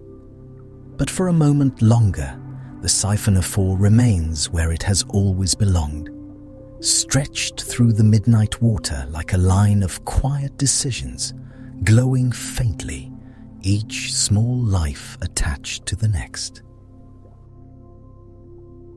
And closer to the bottom, where movement slows even further, another kind of deep sea wisdom appears. The water is colder here. The sea floor is not empty, though from a distance it can seem that way. It is a dark plain of silt, scattered stone, soft sediment, and the occasional fallen thing from worlds above. Across that quiet ground, with a steadiness that asks for no attention, a giant isopod makes its way. It looks strangely familiar. It also looks ancient. At first glance, it resembles a woodlouse from a garden, the small grey crustacean that hides beneath flower pots and damp boards. But this one can grow longer than a human forearm, with a segmented shell, many walking legs, broad antennae, and dark compound eyes that face a world with almost no light.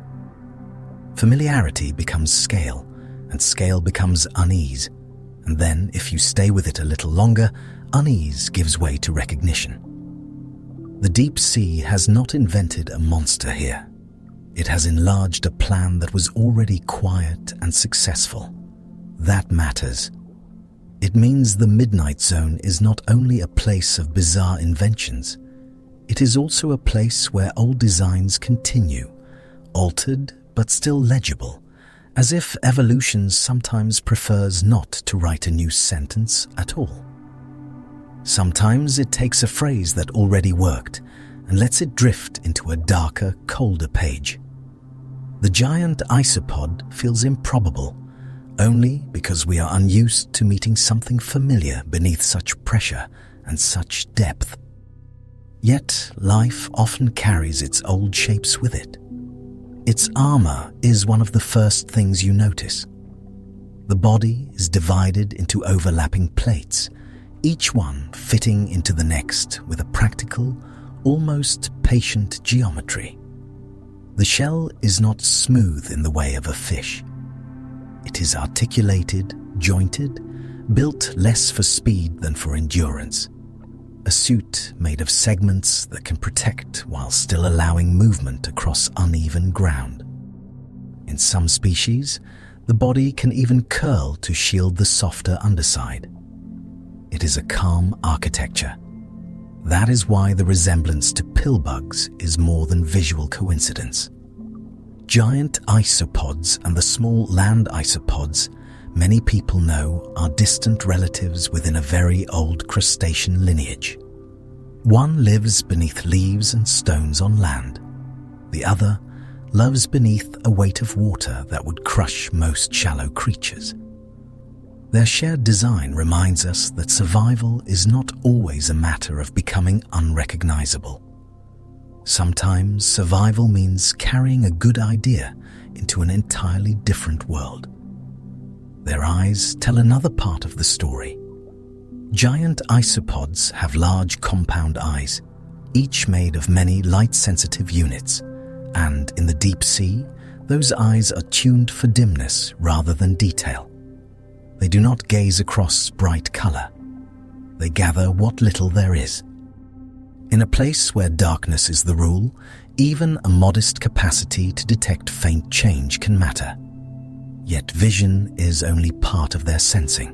Long antennae sweep the water and the seafloor, tasting chemistry, feeling contact, reading what cannot be seen. The body itself becomes an instrument of nearness, suited to a world where information arrives slowly and often by touch or scent rather than sight. This is a different arrangement of certainty. The animal does not need a clear picture of the world. It needs enough. What makes this so deep sea is not drama, but economy. Giant isopods belong to a world where food may be absent for long stretches, then arrive all at once in the form of a dead fish, a squid, a whale fall, or some other parcel of flesh sinking from above. They are scavengers and at times hunters, but scavenging is central to the life they have built. The seafloor receives leftovers from distant lives. The giant isopod waits in that system with a body prepared for irregular luck.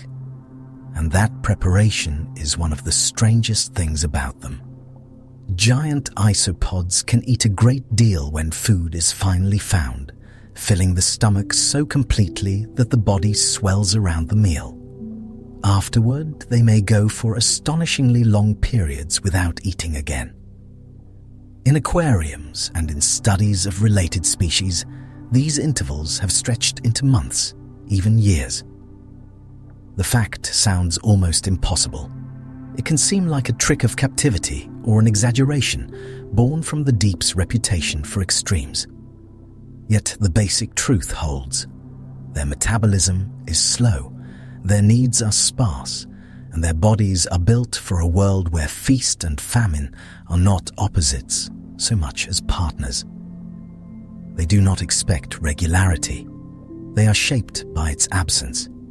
That changes the feeling of hunger itself. For many animals, survival depends on constant searching, frequent feeding, urgent replacement of energy spent. But the giant isopod lives under another arithmetic. It can receive abundance without assuming abundance will return soon. It can endure emptiness without treating emptiness as failure.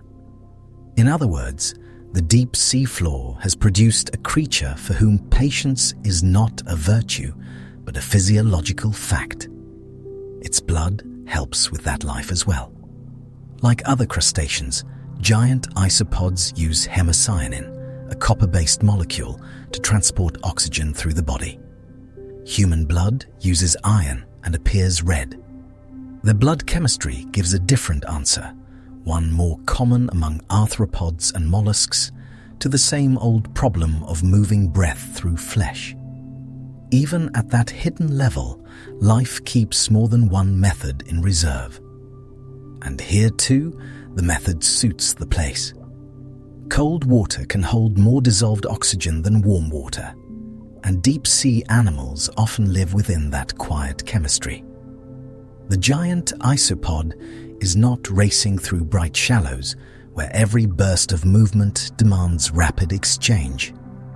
It is walking, waiting, settling, conserving. Its whole body belongs to an environment where slowness and cold meet in a kind of practical agreement. There is also the matter of pressure. At depths of several hundred to more than 2,000 meters, giant isopods move under an enormous weight of water. Their tissues, enzymes, and membranes function where many shallow water relatives would fail. They do not resist pressure in the way a rigid submarine resists it. They are made with it in mind. The deep is not pressing against a visitor. It is holding a resident. That may be one of the most useful shifts in feeling these animals offer. From the surface, the deep sea seems hostile because we imagine ourselves there. But giant isopods are not enduring an alien punishment every moment of their lives. They are at home on that dark floor, within that pressure, within that cold, among the soft sediments and scattered remains that feed a patient ecosystem. What appears harsh from one point of view can be ordinary from another. Now the body begins to move across the mud. Its many legs work in sequence, not hurried, not decorative, simply effective. The shell rides low over the substrate, broad and stable. Antennae extend forward, then adjust. Silt lifts in faint puffs with each step and settles again almost immediately, as if even the disturbed ground prefers not to remain disturbed for long. There is something almost mechanical about the gait at first. Segment follows segment. Leg follows leg. But if you watch longer, the impression changes. The movement is not machine-like at all. It is old. It has the quiet certainty of a form that does not waste effort explaining itself. A scent has arrived. Perhaps far above, hours or days earlier, some fish died and began to sink. Perhaps a squid, exhausted after spawning, folded into the dark and descended. The body drifts down through layers of water, becoming less an individual life than a source of opportunity for many others. By the time its trace reaches the seafloor, the signal is thin but enough. The giant isopod turns. This is the behavior scene where the animal becomes more than a set of facts. It is no longer a diagram of armor and metabolism. It is a presence in time. Across the sediment, drawn by chemistry rather than sight, it adjusts its course with a patience that would be easy to miss if one expected pursuit to look urgent. It does not rush, because rushing would spend more than the moment requires. That is why its search can feel almost solemn. The antennae test the water. The body pauses. It resumes. Other scavengers may be moving too, each following a similar thread through darkness. The sea floor, which seemed empty, reveals itself as alert in a very slow register. News travels here by dissolving. Eventually, the source comes into reach. Not a dramatic carcass large enough to remake the local community for months, though that can happen in the deep, but perhaps a fish large enough to matter. Flesh on sediment, a rare concentration.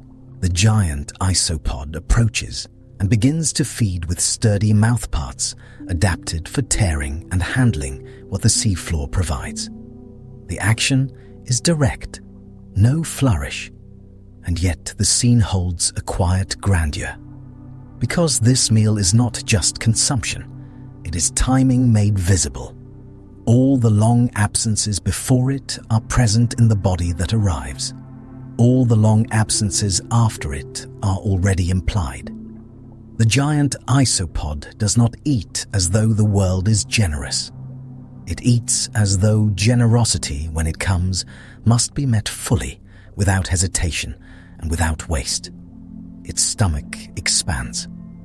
The plates of the body seem to accommodate the fullness in a way that can look almost awkward to us. But awkwardness is a shallow judgment. What appears excessive is often exact adaptation viewed from outside.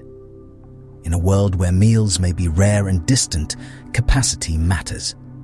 The body is carrying not greed, but foresight written into flesh. After feeding, there may be very little to do but leave. The isopod returns to its slow passage over the seafloor. Digestion will take time. Time is what this habitat has in abundance. There are no seasons in the ordinary surface sense, no sunrise to trigger a daily shift of color, no waving forest of kelp marking the current with visible motion. There is only the cold, dark plain, interrupted now and then by food, terrain, another body, a subtle change in chemistry. Life goes on, quietly. Reproduction adds another layer of patience. Female isopods, like other crustaceans, brood, developing young in a pouch formed by specialized plates beneath the body. The young do not pass through a free-swimming larval stage the way many marine animals do. They emerge already shaped like small versions of the adults, equipped from the beginning for benthic life. Development stays close to the ground.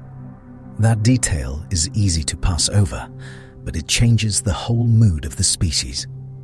There is no bright cloud of drifting larvae cast into the water column to trust luck and current. There is protection, enclosure, a carrying of the next generation beneath armor through the same darkness the adult already knows. In other words, even their beginning is seafloor shaped. They enter a world of contact, sediment, and slow survival without detour. What makes giant isopods so compelling is not that they are the largest version of a small familiar creature, though that certainly startles the mind for a moment. It is that nearly every part of their biology answers the same question in the same tone. How do you live where food is uncertain, pressure is immense, light is absent, and motion itself can be costly? You live slowly. You keep what works. You wait without panic. That answer can sound simple. It is not. Slowness in the natural world is often mistaken for lack. But the giant isopod suggests something else. Slowness can be a highly refined adjustment to reality. A fast body in the wrong place is poorly designed, no matter how impressive its speed. A slow body in the right place can endure for ages.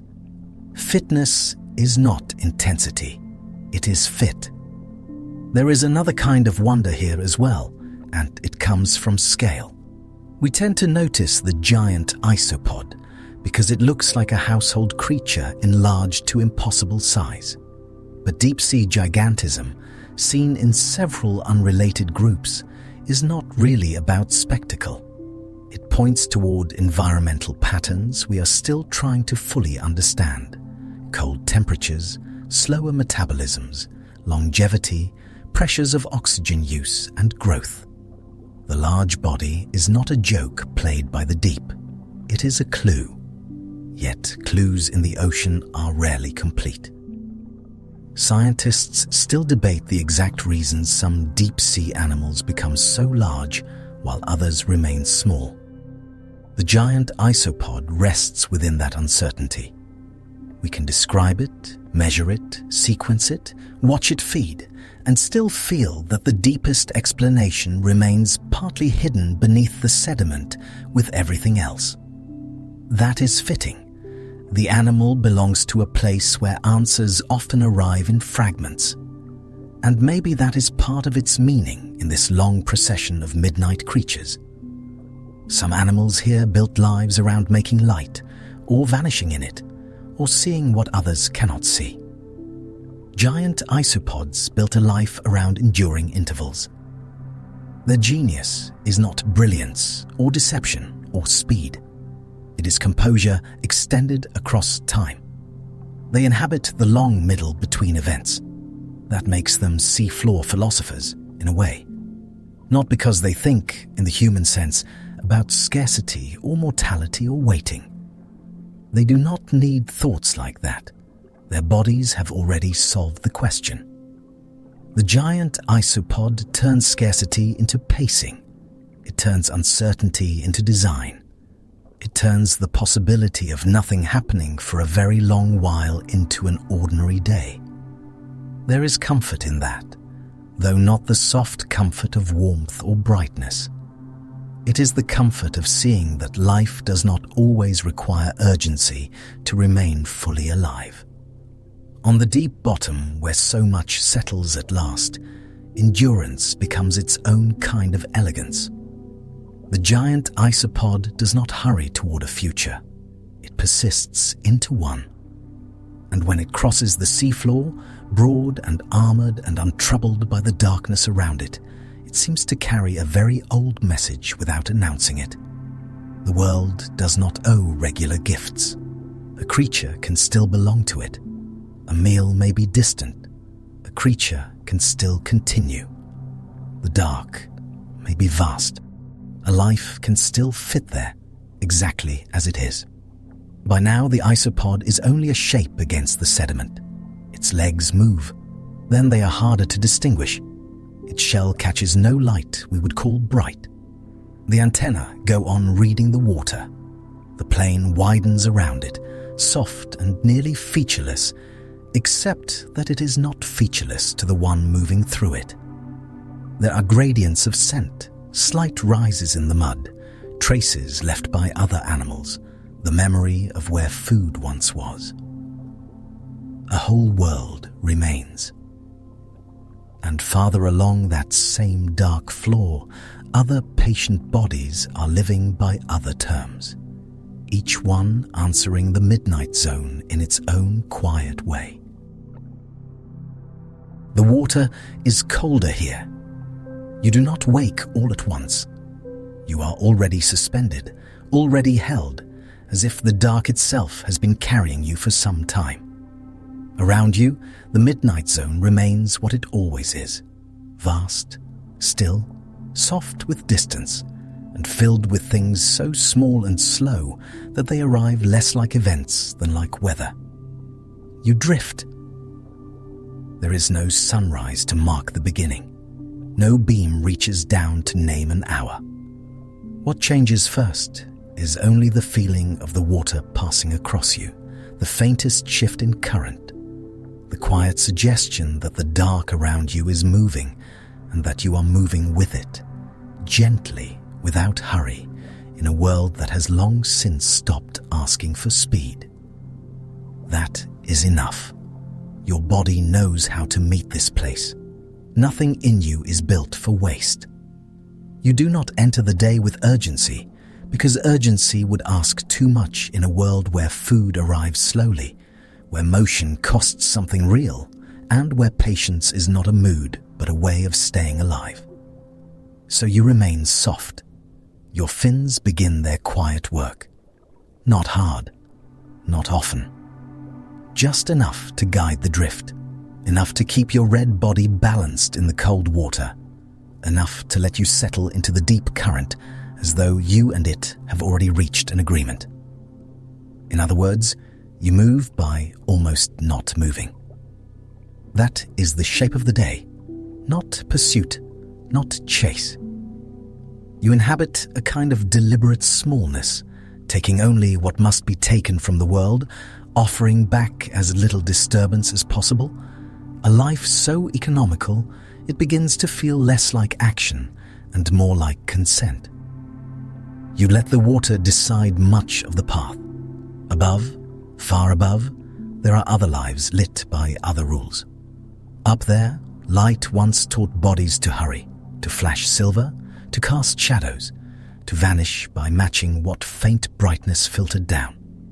Down here, in the patient dark, your own way is gentler, and the darkness does not feel empty at all but full of hidden traffic, quiet falling, and distant presences passing beyond sight. You feel them as changes. Something drifts near. Not prey in the old dramatic sense. Only a small arrival, one more piece of the slow downward rain that feeds this place. One more bit of the world above surrendered to depth and time, turning as it sinks through black water toward whoever can afford to wait for it. You are one who can wait. You open toward it with care. Your arms do not lunge. They gather, receive, and fold the passing softness inward with the calm precision of something that has learned the value of fragments. Because fragments are what the deep gives most often, and because enough fragments, over time, become a life. Nothing is wasted. The water carries more. Tiny, uneven, almost dust-like. A patient fall surrounds you now, and you move through it as if through a dark snowfall that never quite reaches the ground, collecting what settles near, what brushes against you, what can be kept without struggle. The day is made of such nearnesses. What reaches you first is not sight. It is contact, texture, slight resistance.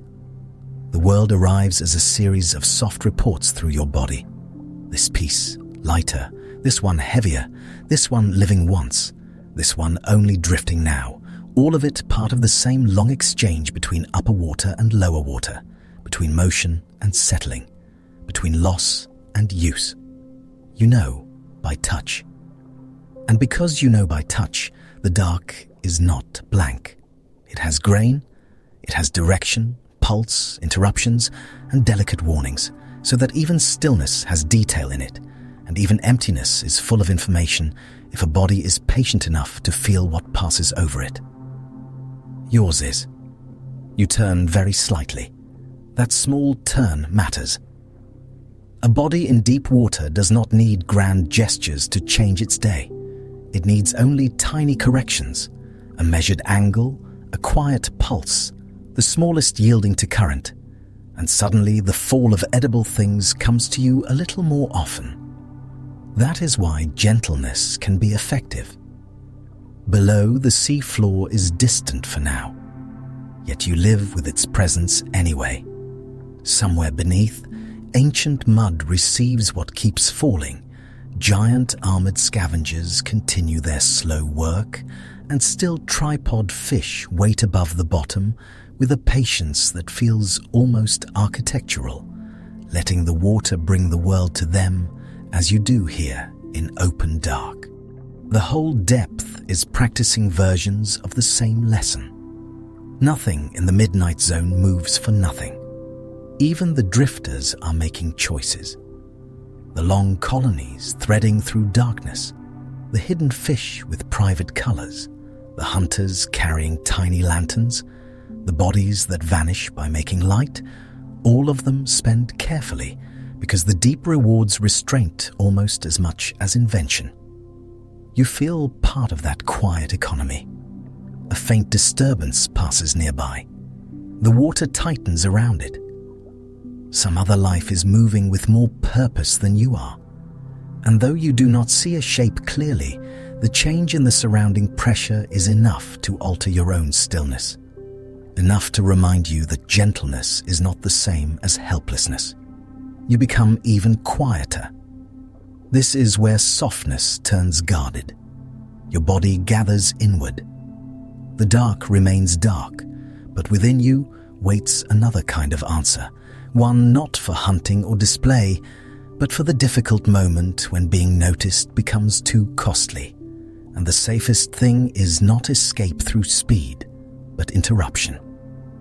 A pause can be a defense. For a moment, you shine. Not brightly in any human sense, only enough to break the shape of you, enough for the water around your red body to hold a scattered signal, enough to confuse the approach, to make certainty dissolve in a place where certainty was already rare. Then, the light is gone.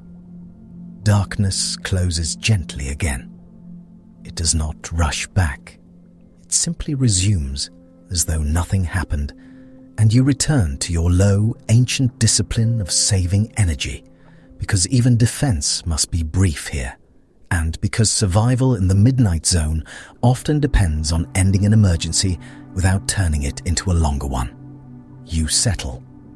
The current receives you once more. Its touch is familiar now.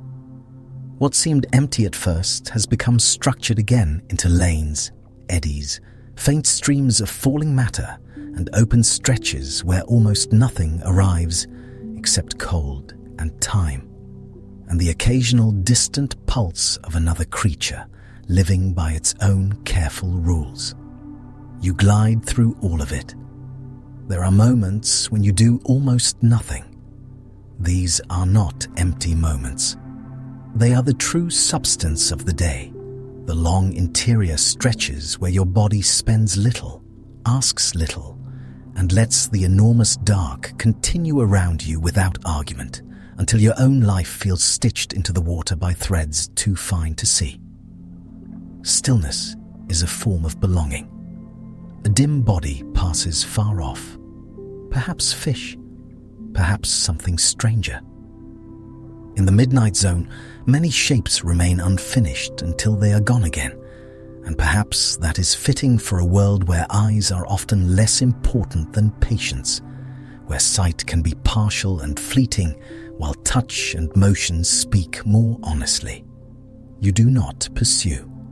You remain with what comes. That is your strength. Others are built for the rare dramatic opportunity, the sudden engulfing mouth, the ambush lit by a lure, the private beam that reveals a victim no one else can see. But your life rests on another truth. Enough arrives if you can live gently enough to receive it. You can. So the hours pass without edges, collection, drift, small correction, pause. Another piece settles into your keeping, then another, each one almost nothing by itself. Yet together they sustain a body that has refused the expensive logic of pursuit, and instead built a living from what the water slowly surrenders. It is a humble abundance, and in that way the day keeps opening, not outward, but inward. The deep does this sometimes, making a life feel spacious not because much happens, but because each small happening can be felt completely. The cold water on the body, the passing fleck of food, the brief bright defense, the great distances all around held in patient suspension. Nothing needs to be louder than this. The current changes again. You sense it before any turn. A broad, slow shift moves through the water and through you with it, and your fins answer softly, adjusting not to resist the new direction, but to join it, because fighting the deep is a costly dream, and you have long since become something wiser than force. You cooperate. That is how afternoon might exist here, if afternoon could survive without light. A subtle alteration, not in brightness, but in texture, in the pattern of what falls, in the feel of the water against your body, in the strange quiet knowledge that the surrounding dark is never truly still, only moving too slowly and too evenly to seem like motion at first. You know it now. The farther hours are gentler. The need to gather eases. You let more pass uncollected, not from waste, but from sufficiency. from that deep sea precision that takes what is needed and no more, because excess is another form of burden, and carrying too much would disturb the calm arrangement you maintain with the world. Enough is a peaceful word here. You drift through a sparse field of falling particles.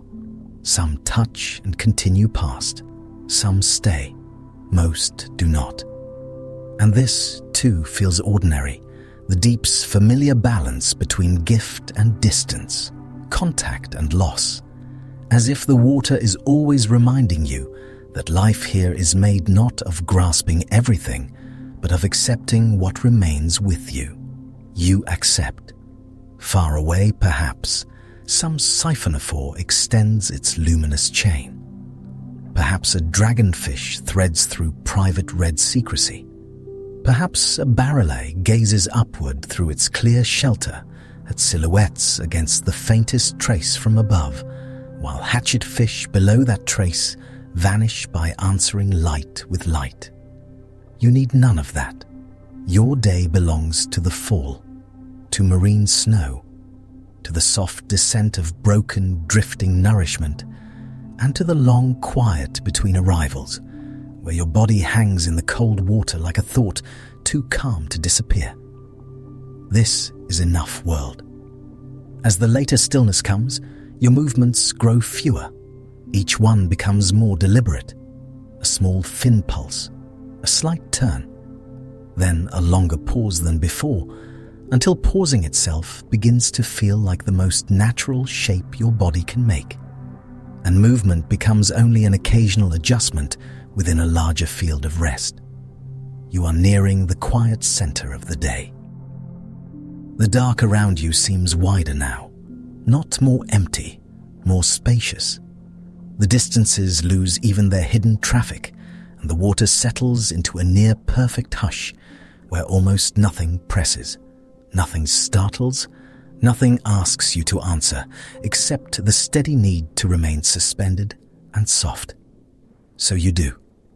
Your arms rest closer. Your body loosens into the cold. There is no urgency left in this hour, only the faint continuation of drift, and the comfort of a world that does not demand spectacle, only presence, only the modest skill of enduring gently where many other forms of life would spend themselves too quickly.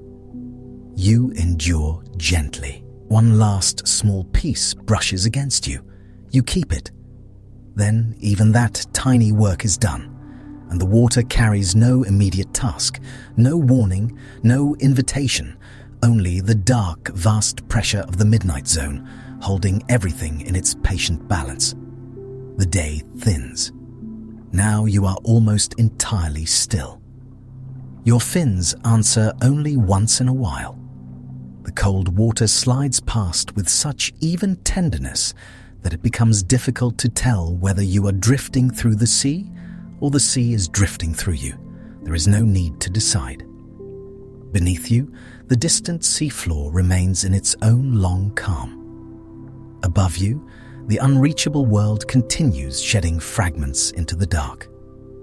Around you, hidden lives go on in secrecy and softness, waiting, glowing, dissolving, watching, balancing, enduring, each according to its form, each held by the same ancient water. You are held too. And now even the gathering is over. There is only suspension, only your red body quiet in black water, your luminous powers folded away, your energy saved, your outline softened by distance until you seem less like a separate creature than a small pause within the sea itself. You rest there. Nothing approaches. Nothing is required.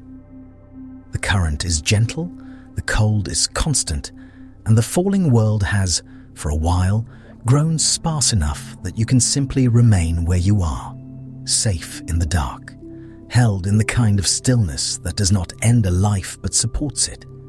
This is rest. You do not sleep as land animals do, but you enter a deeper quiet, a state of such low demand and such patient suspension that the difference hardly matters, Because what the body needs now is not action or search, only continuance, only the permission to remain soft and present in the midnight water. So you remain, and for a long while nothing changes. The dark stays dark, the cold stays cold. You hover in that ancient, falling world, utterly unhurried, while far beyond sight, the ocean keeps its own counsel, and the whole midnight zone settles around you like a vast and gentle thought. Everything is still. And after all these forms, all these lights, all this patience, the deep returns us to a simpler thought. Darkness did not empty this world, it shaped it. In the midnight zone, where sunlight does not arrive, life did not wait for brightness to save it, and it did not withdraw from the vastness beneath. It answered with other senses, other timings, other ways of being present. Quietly. That may be the deepest wonder here. Not that animals endure such a place, but that they belong to it so completely that darkness becomes less like a barrier and more like a material. Something to build with, something to lean into. What makes this so gentle to think about is how little of it depends on force. So much of the deep is not conquest, but adjustment. Bodies become soft or spare or still. Light becomes signal or disguise. Hunger becomes patience, and movement itself is measured against the cost of making it through one more slow stretch of dark water. It is a world shaped by economy, yet it never feels poor. That is why the midnight zone can seem strange at first, and then, after a while, strangely familiar. Many of its creatures do not waste. They do not hurry without reason. They let the water carry what it can. They wait when waiting is wiser. And in that waiting, beauty appears. Not the bright beauty of display, something quieter, a hidden brilliance that does not ask to be seen by everyone or all at once, but exists anyway in small lanterns, silver vanishing bodies, soft drifting bells of tissue, patient eyes, and lives that have settled themselves into the dark so fully that the dark has become part of their design. Yet there is also comfort in how unfinished it all feels. The deep sea does not offer one answer to darkness, it offers many. One animal glows, another disappears, another listens, another drifts, another settles on the seafloor and lets time do most of the work. In other words, life below does what life has always done. It does not insist on one plan. It keeps changing shape until the world, however difficult, becomes livable. And sometimes more than livable, sometimes elegant. That is a quiet thing to carry with you. Somewhere beneath the surface, in water too dark for day and too deep for weather, countless small decisions are still being made without thought, without language, without audience. A body angles, a fin folds, a pulse of light appears and is gone. Something hidden finds enough, something patient continues, and all of it happens whether anyone sees it or not. There is peace in that. The ocean does not need witness to remain full of strange and careful lives. The midnight zone goes on in its ancient way, each creature meeting the dark according to its own design, each one shaped not against its world, but with it. The fit is not perfect. It is alive. Let your jaw unclench a little more now. Let your hands rest open. Let the weight of your body settle where it already is, with nothing to hold up and nowhere to be carried except into rest. Your eyes can be heavy. They do not need to search. Nothing is required of them now. The mind can loosen too. It does not need to gather every creature and keep it. It can let them drift back into their distant water, one by one, until what remains is only the feeling they left behind. A sense of vastness, a sense of quiet invention, a sense that even in places without light, life keeps finding forms of grace. And perhaps that is enough for the night. Not a lesson, not a conclusion, only this soft recognition that the dark is not always empty, and the hidden is not always barren. And some of the most remarkable lives on Earth have been shaped in stillness, in pressure, in cold, in the long, patient hours beneath everything familiar. Now there is nothing more to follow, only the quiet room around you, only the heaviness in your limbs, only the slow settling of thought as it drifts farther out, then farther still, until even wonder becomes gentle enough to sleep beside. Good night.